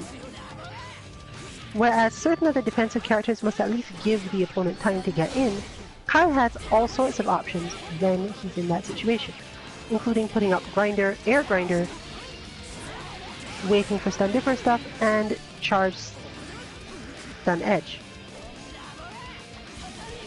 Not all of these options are necessarily safe to just do, but a lot of them are good enough that if you know your opponent's mindset has shifted in some way, you can be reasonably sure that they're not actually going to react in time to stop you or punish you for doing them. And they're a good way to fill space and get meter.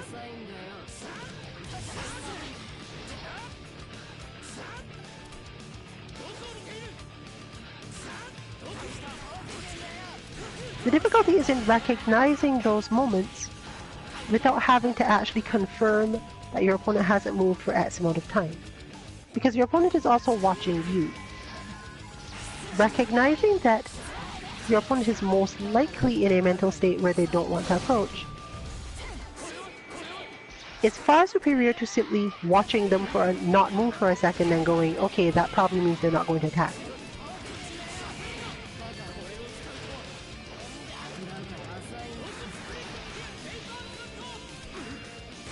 For Kai, this is much simpler dealt with by simply putting down instant air grinders.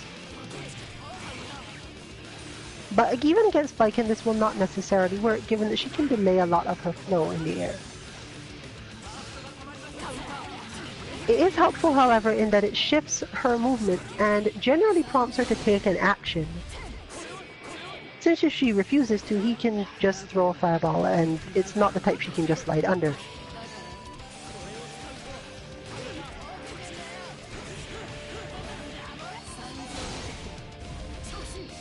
In other words, if Kai feels that the opponent does not want to attack him, but he feels more comfortable in the matchup if they are attacking, the air grinder is a good way to inspire them to actually do it.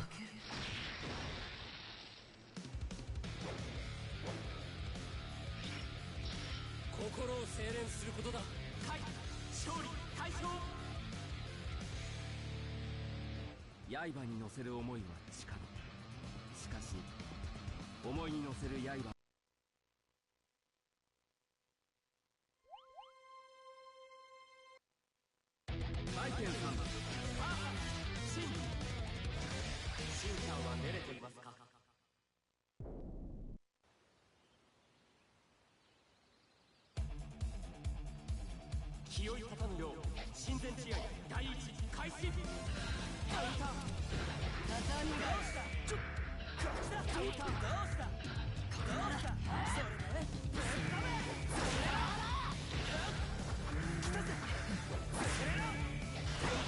Baiken's general flow of approach versus Sin makes her another character against whom he often needs to use Hawkbaker very, very specifically.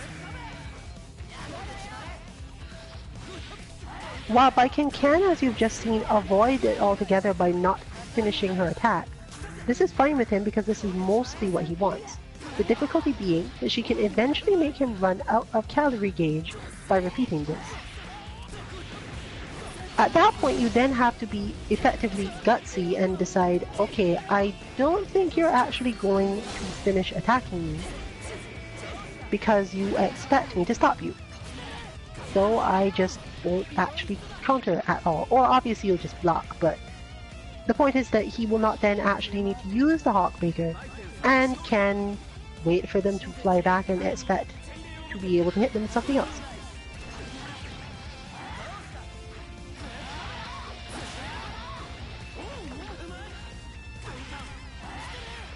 However, again, note that the invincibility of this move is relatively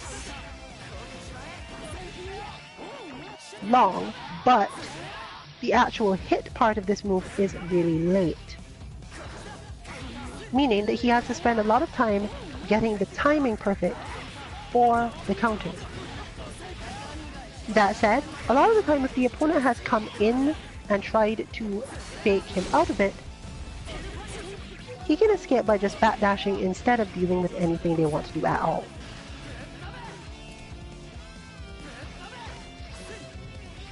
So once again, a lot of little pieces have come into play.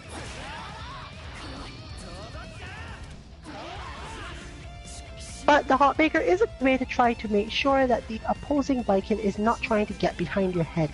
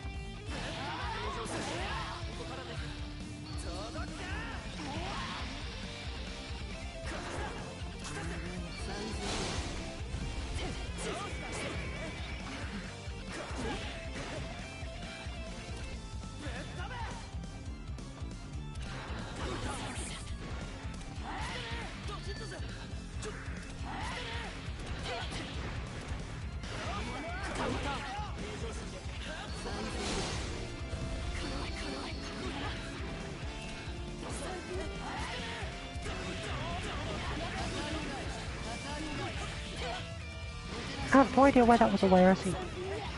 Oh well.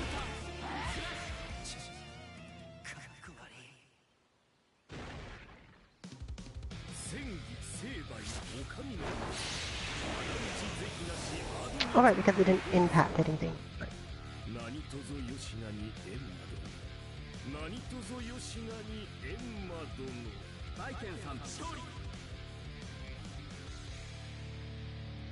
冗談きついぜ。負けて笑ってやがる。しばらく見ない間に化け物が増えたな。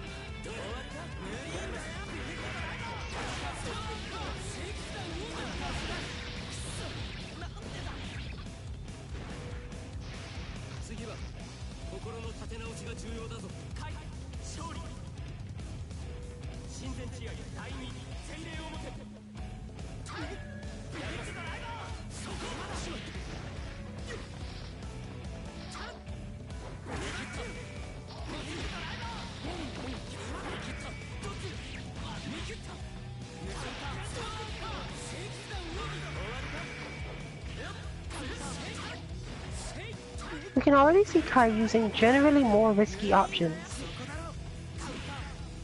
as a result of Sin's current flow of movement.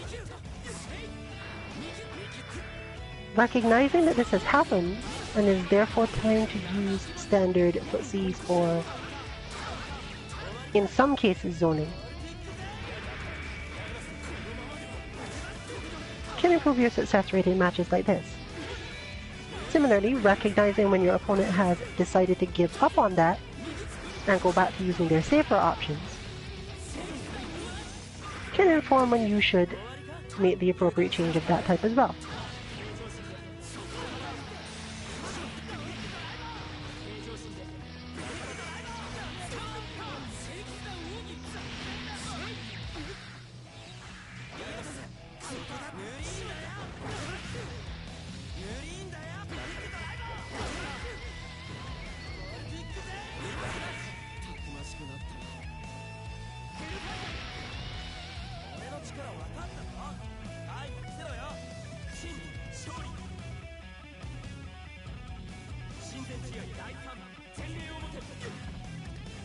The more conscious, razor-edge decisions you can make in matches like this, the more fun the game is, often the more impressively you are playing. And therefore, if you are at a tournament or similar, the more hype everyone else is watching you.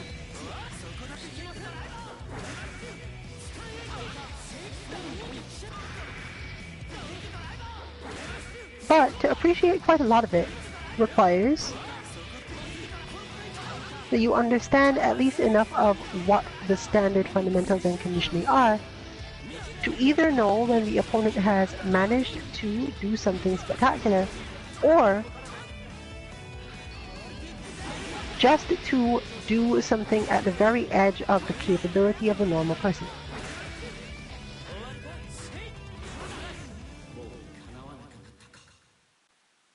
So, along with everything else we attempt to teach, even if you never play this game, but for whatever reason like to watch it,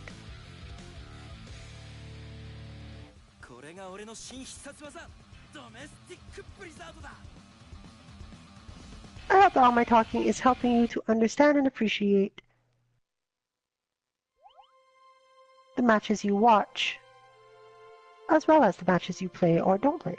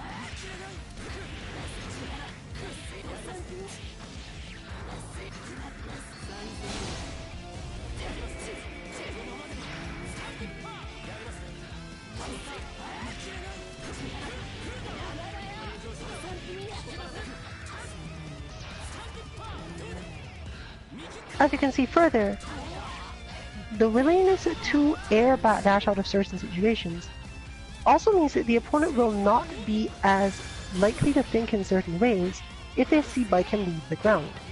Meaning that depending on her approach vectors and their defenses, she can actually deal with complex situations such as this by jumping forward instead of backward.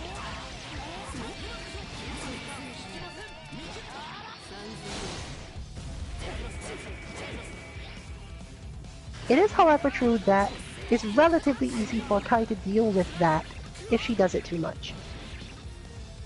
On the other hand, she might want to do it quite a lot, as the damage she takes is not so high as to be a problem, and it makes her more likely to both get away with the air backdash and to sometimes be able to get a punish out of it depending on what move the opponent chose to use.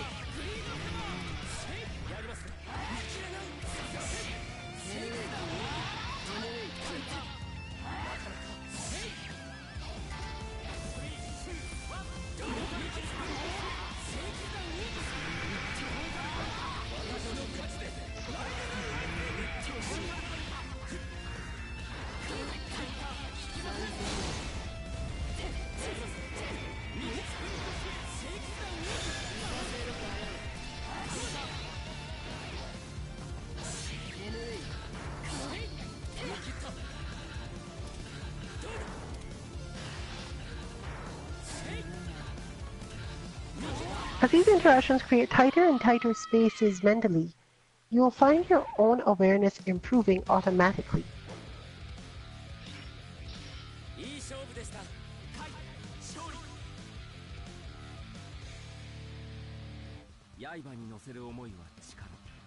Simply having more things to think about will get you used to thinking about more things faster and faster, until eventually it will be much harder to surprise you with the things that are happening.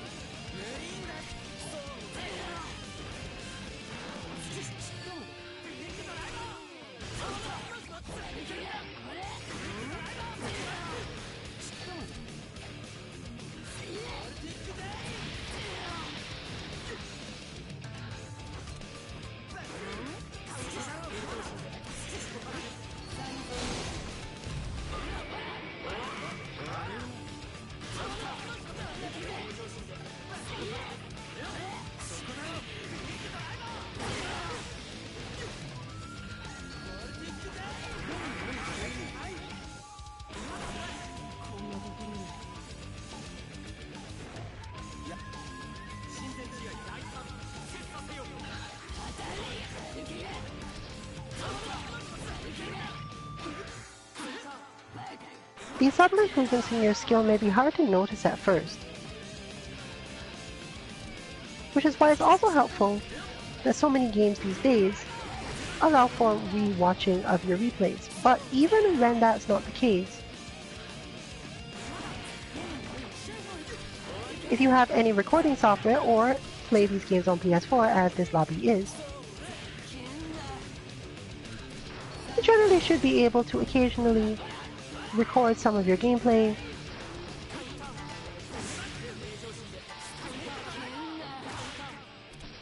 and shift it to some media device to watch at your leisure.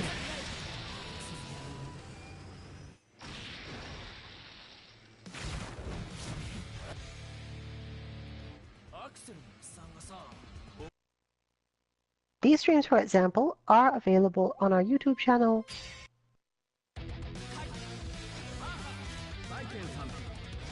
So both the team and anyone who's interested can in fact rewatch them at nearly any time.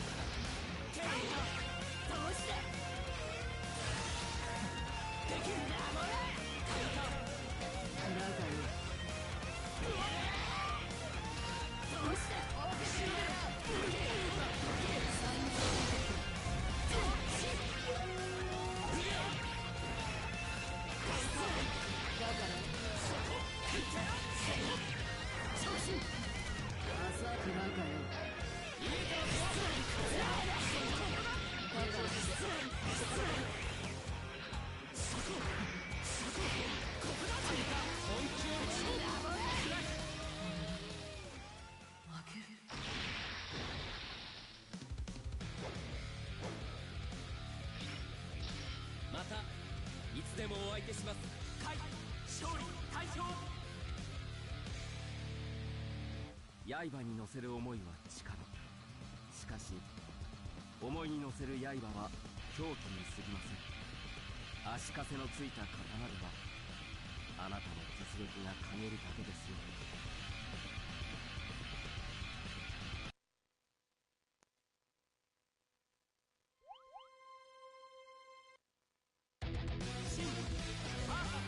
バイケンさん、シンさんは寝れていますか？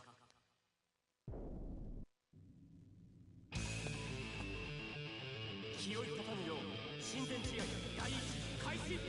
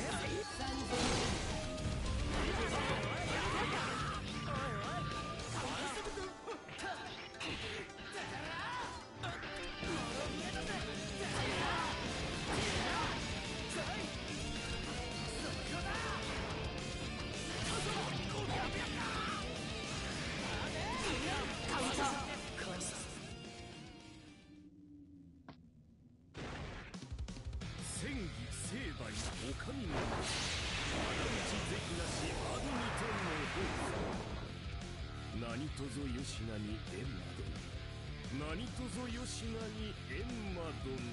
大剣さん勝利大勝。冗談きついぜ。負けて笑ってやがる。しばらく見ない間に化け物が増えたな。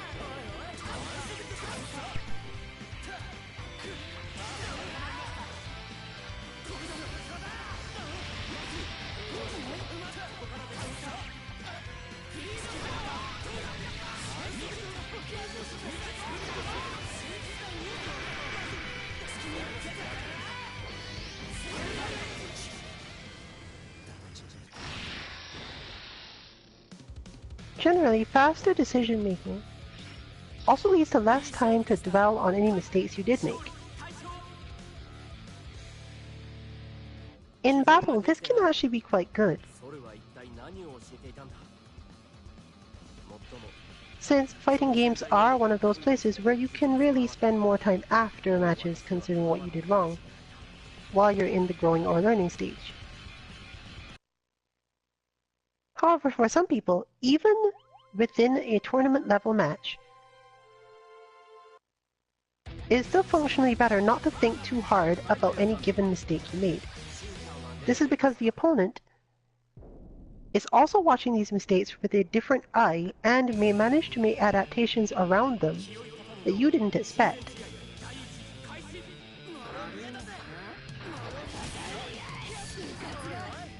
Since most of us are good at noticing our opponent's mistakes since they reward us,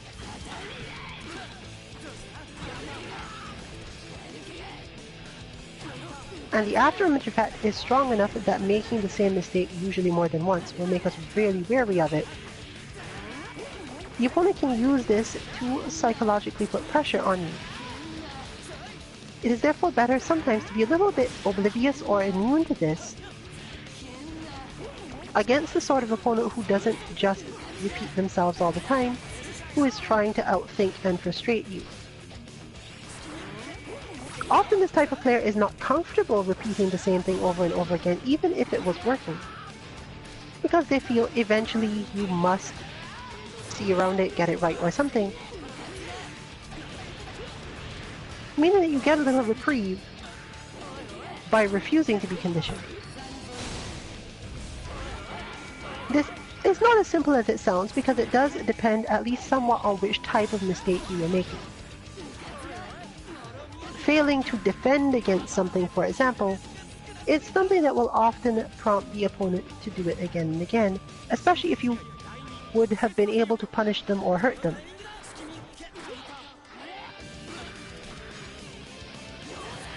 But in terms of offense, you have to think about this a little differently.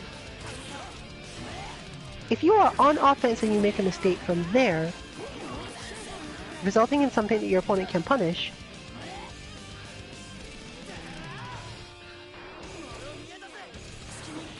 it usually means that you are not in fact planning to do exactly that thing again, or that when you failed the first time it was due to not recognizing something, i.e.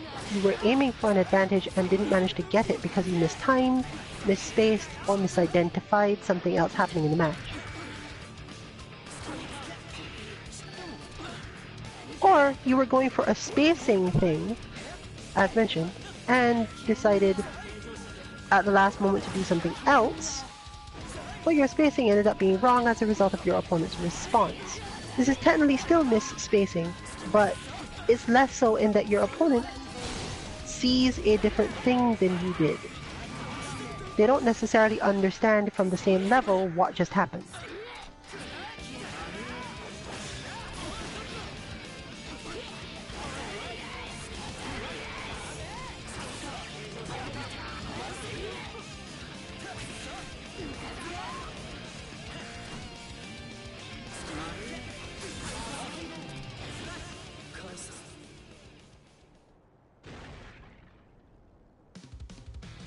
The ending of that match was actually a good example of it. There was nothing specifically wrong with the idea of going for the elk hunt slide right then.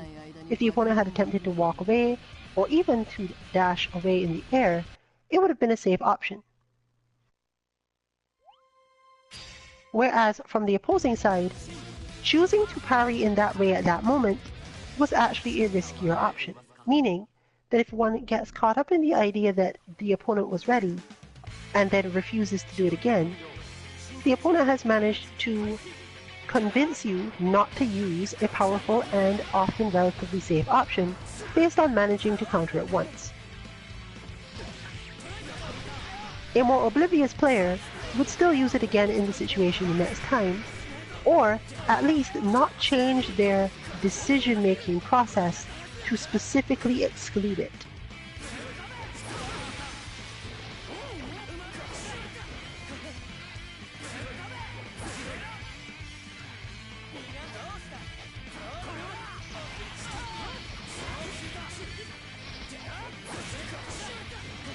But like any mix-up, success or failure depends on your opponent's feeling and mental state. There are certain situations in which they couldn't possibly have been conditioned enough just yet to make the decision right or wrong based on some prior knowledge.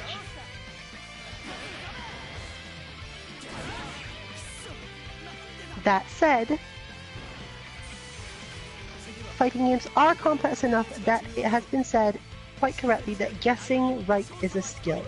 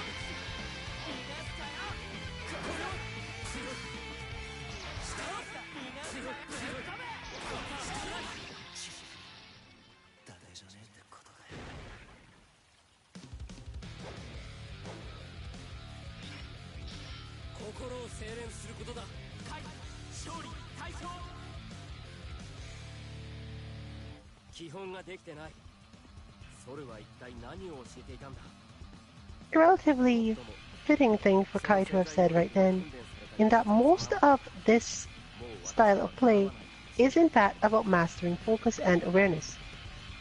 Focus on your goal and awareness of everything going on around that goal.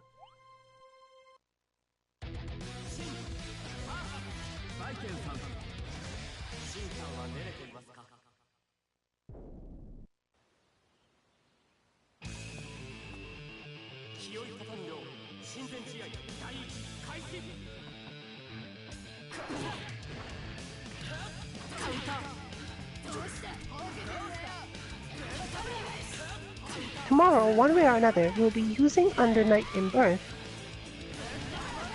to show what is most likely to happen in a game you are unfamiliar with your options, but still attempting to apply the same fundamentals, or at least the same goals. Interpreting new situations through the lens of whatever the game makes available to you and your opponent is one of the most important parts of learning to play new ones.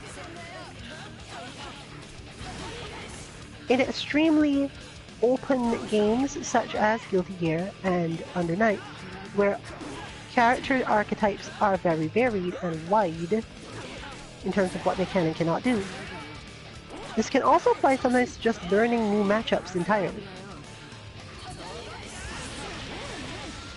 If an opposing character can do something that you did not expect to be possible otherwise,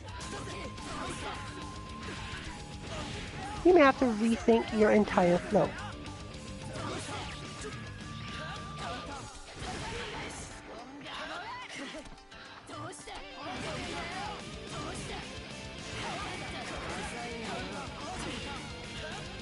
But in the end, the thing that makes pros more able to pick up new games is not necessarily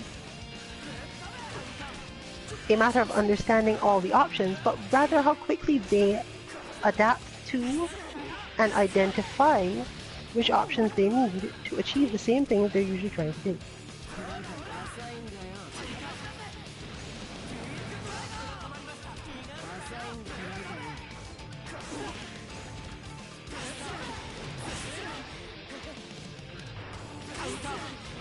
Meaning that for October, since this type of content, even though we may not focus entirely on it, is likely to fill up most of this month, too, will we see, hopefully depending on the online scene's health when in the lower levels, we'll be seeing more and more perspectives from each player, at least 4, toward Under Night and the things that you can do in it. アクセルのおっさんがさ、怒ってる女の人にも優しくしろって。だからずっと笑って戦ってたのに。Therefore, we'll be starting that tomorrow.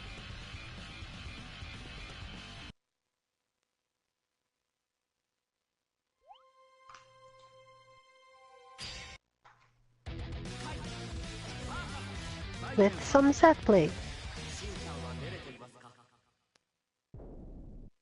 Even more helpfully, that if there isn't much actual connection or too many people online,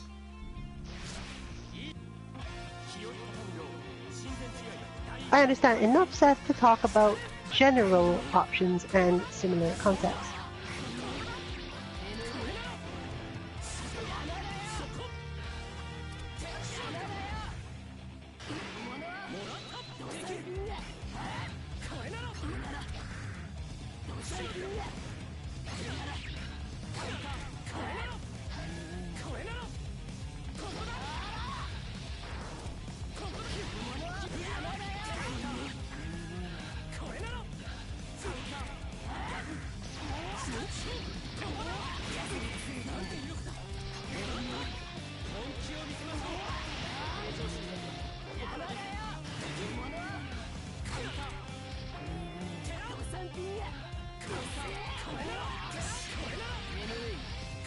On Thursday, we will always, as always, be having our Kame House Dragon Ball Fighters lobby.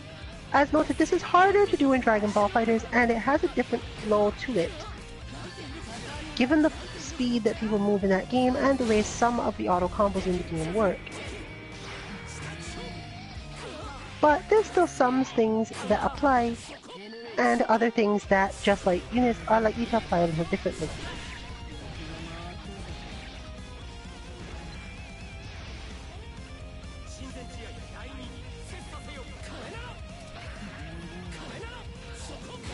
On Friday, you can expect the condensed down, cleaner, and more specific version of our robotics lab from last week with the Dragon Ball Fighters bot,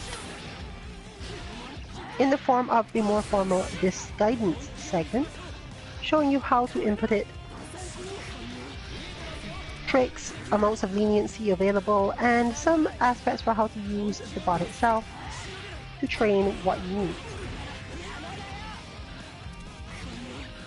With much less direct explanation of why it works as a whole.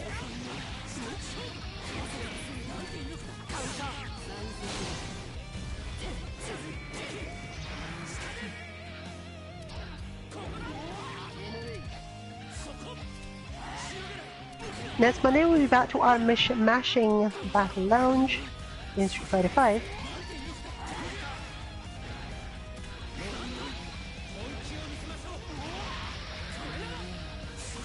And now that we have all that cleared up and have a clear understanding of how both the dojo system work and what benefits, if any, there are to being in one,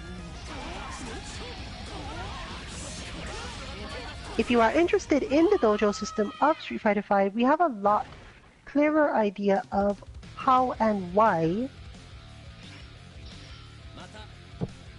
we will accept entries to it.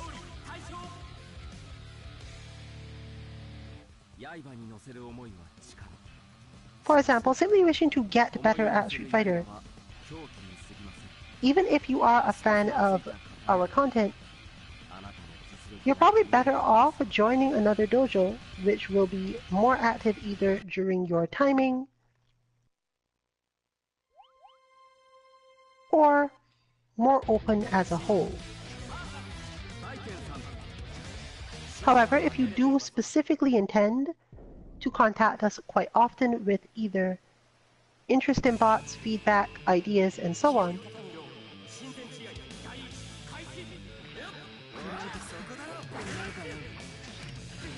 do let us know, and we're much more likely to accept your application. Or rather, we will probably just accept all applications, but we're advising that you make this your criteria for whether or not you want to join it.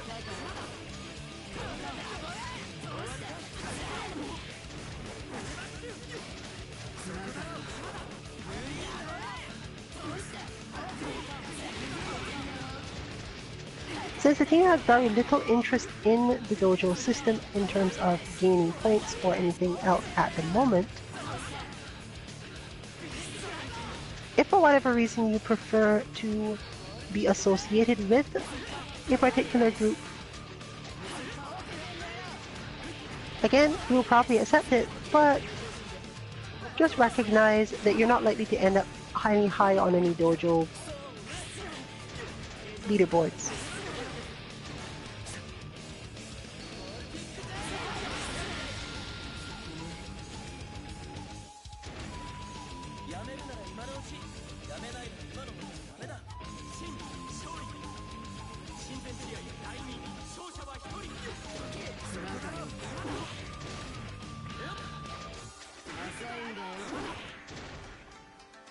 But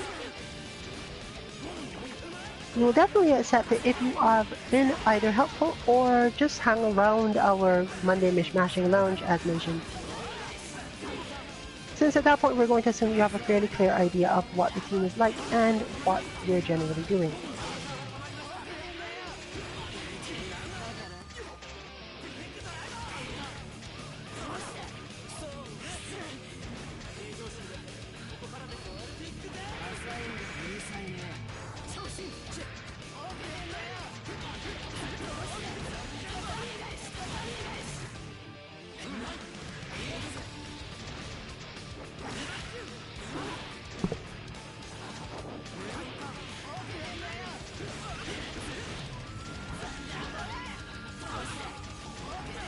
That will then bring us around once again to next week's Tuesday train. More Guilty Gear Xrd content.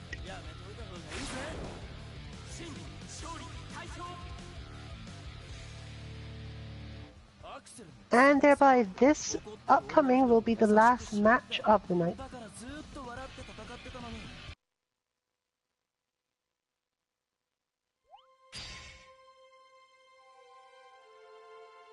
With Kai and Baiken crossing swords one more time.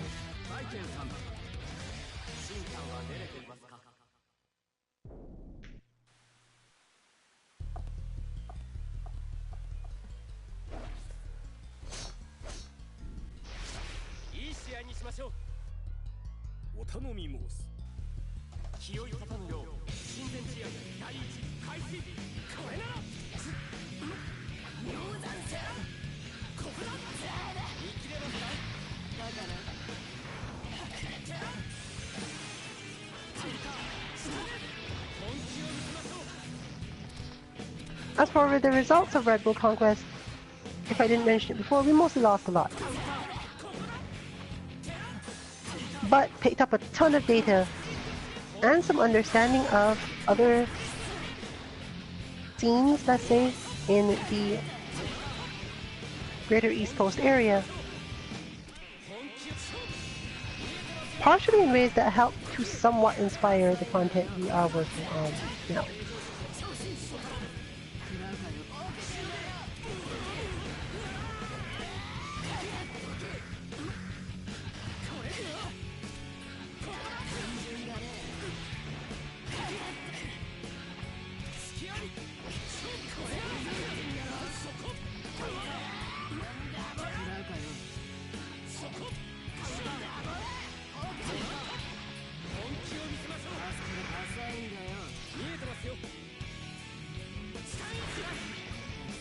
If you'd like to have access to any of the Street Fighter V bots that we have mentioned, or the upcoming Dragon Ball FighterZ one, which should be released on Sunday around 6 or 7 Eastern Time, you can find those at 2-mk.org.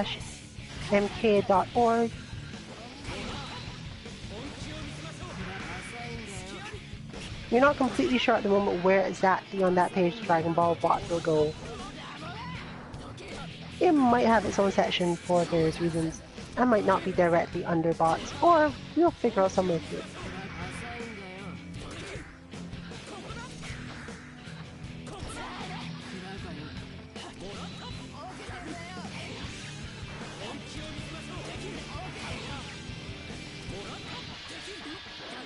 Now that more of the team has moved into using the bots as a regular thing, and we have less players staying in the, let's call it, control set, we can more accurately determine whether or not certain forms of advice work for at least everyone in the team, and therefore whether or not we can add those to our Fighting Game advice page, so look out for that in the future as well. That said, this has been Rillian for Team 2MK. Enjoy your training, and good night, everyone. 刃に乗せる思いは力。しかし思いに乗せる刃は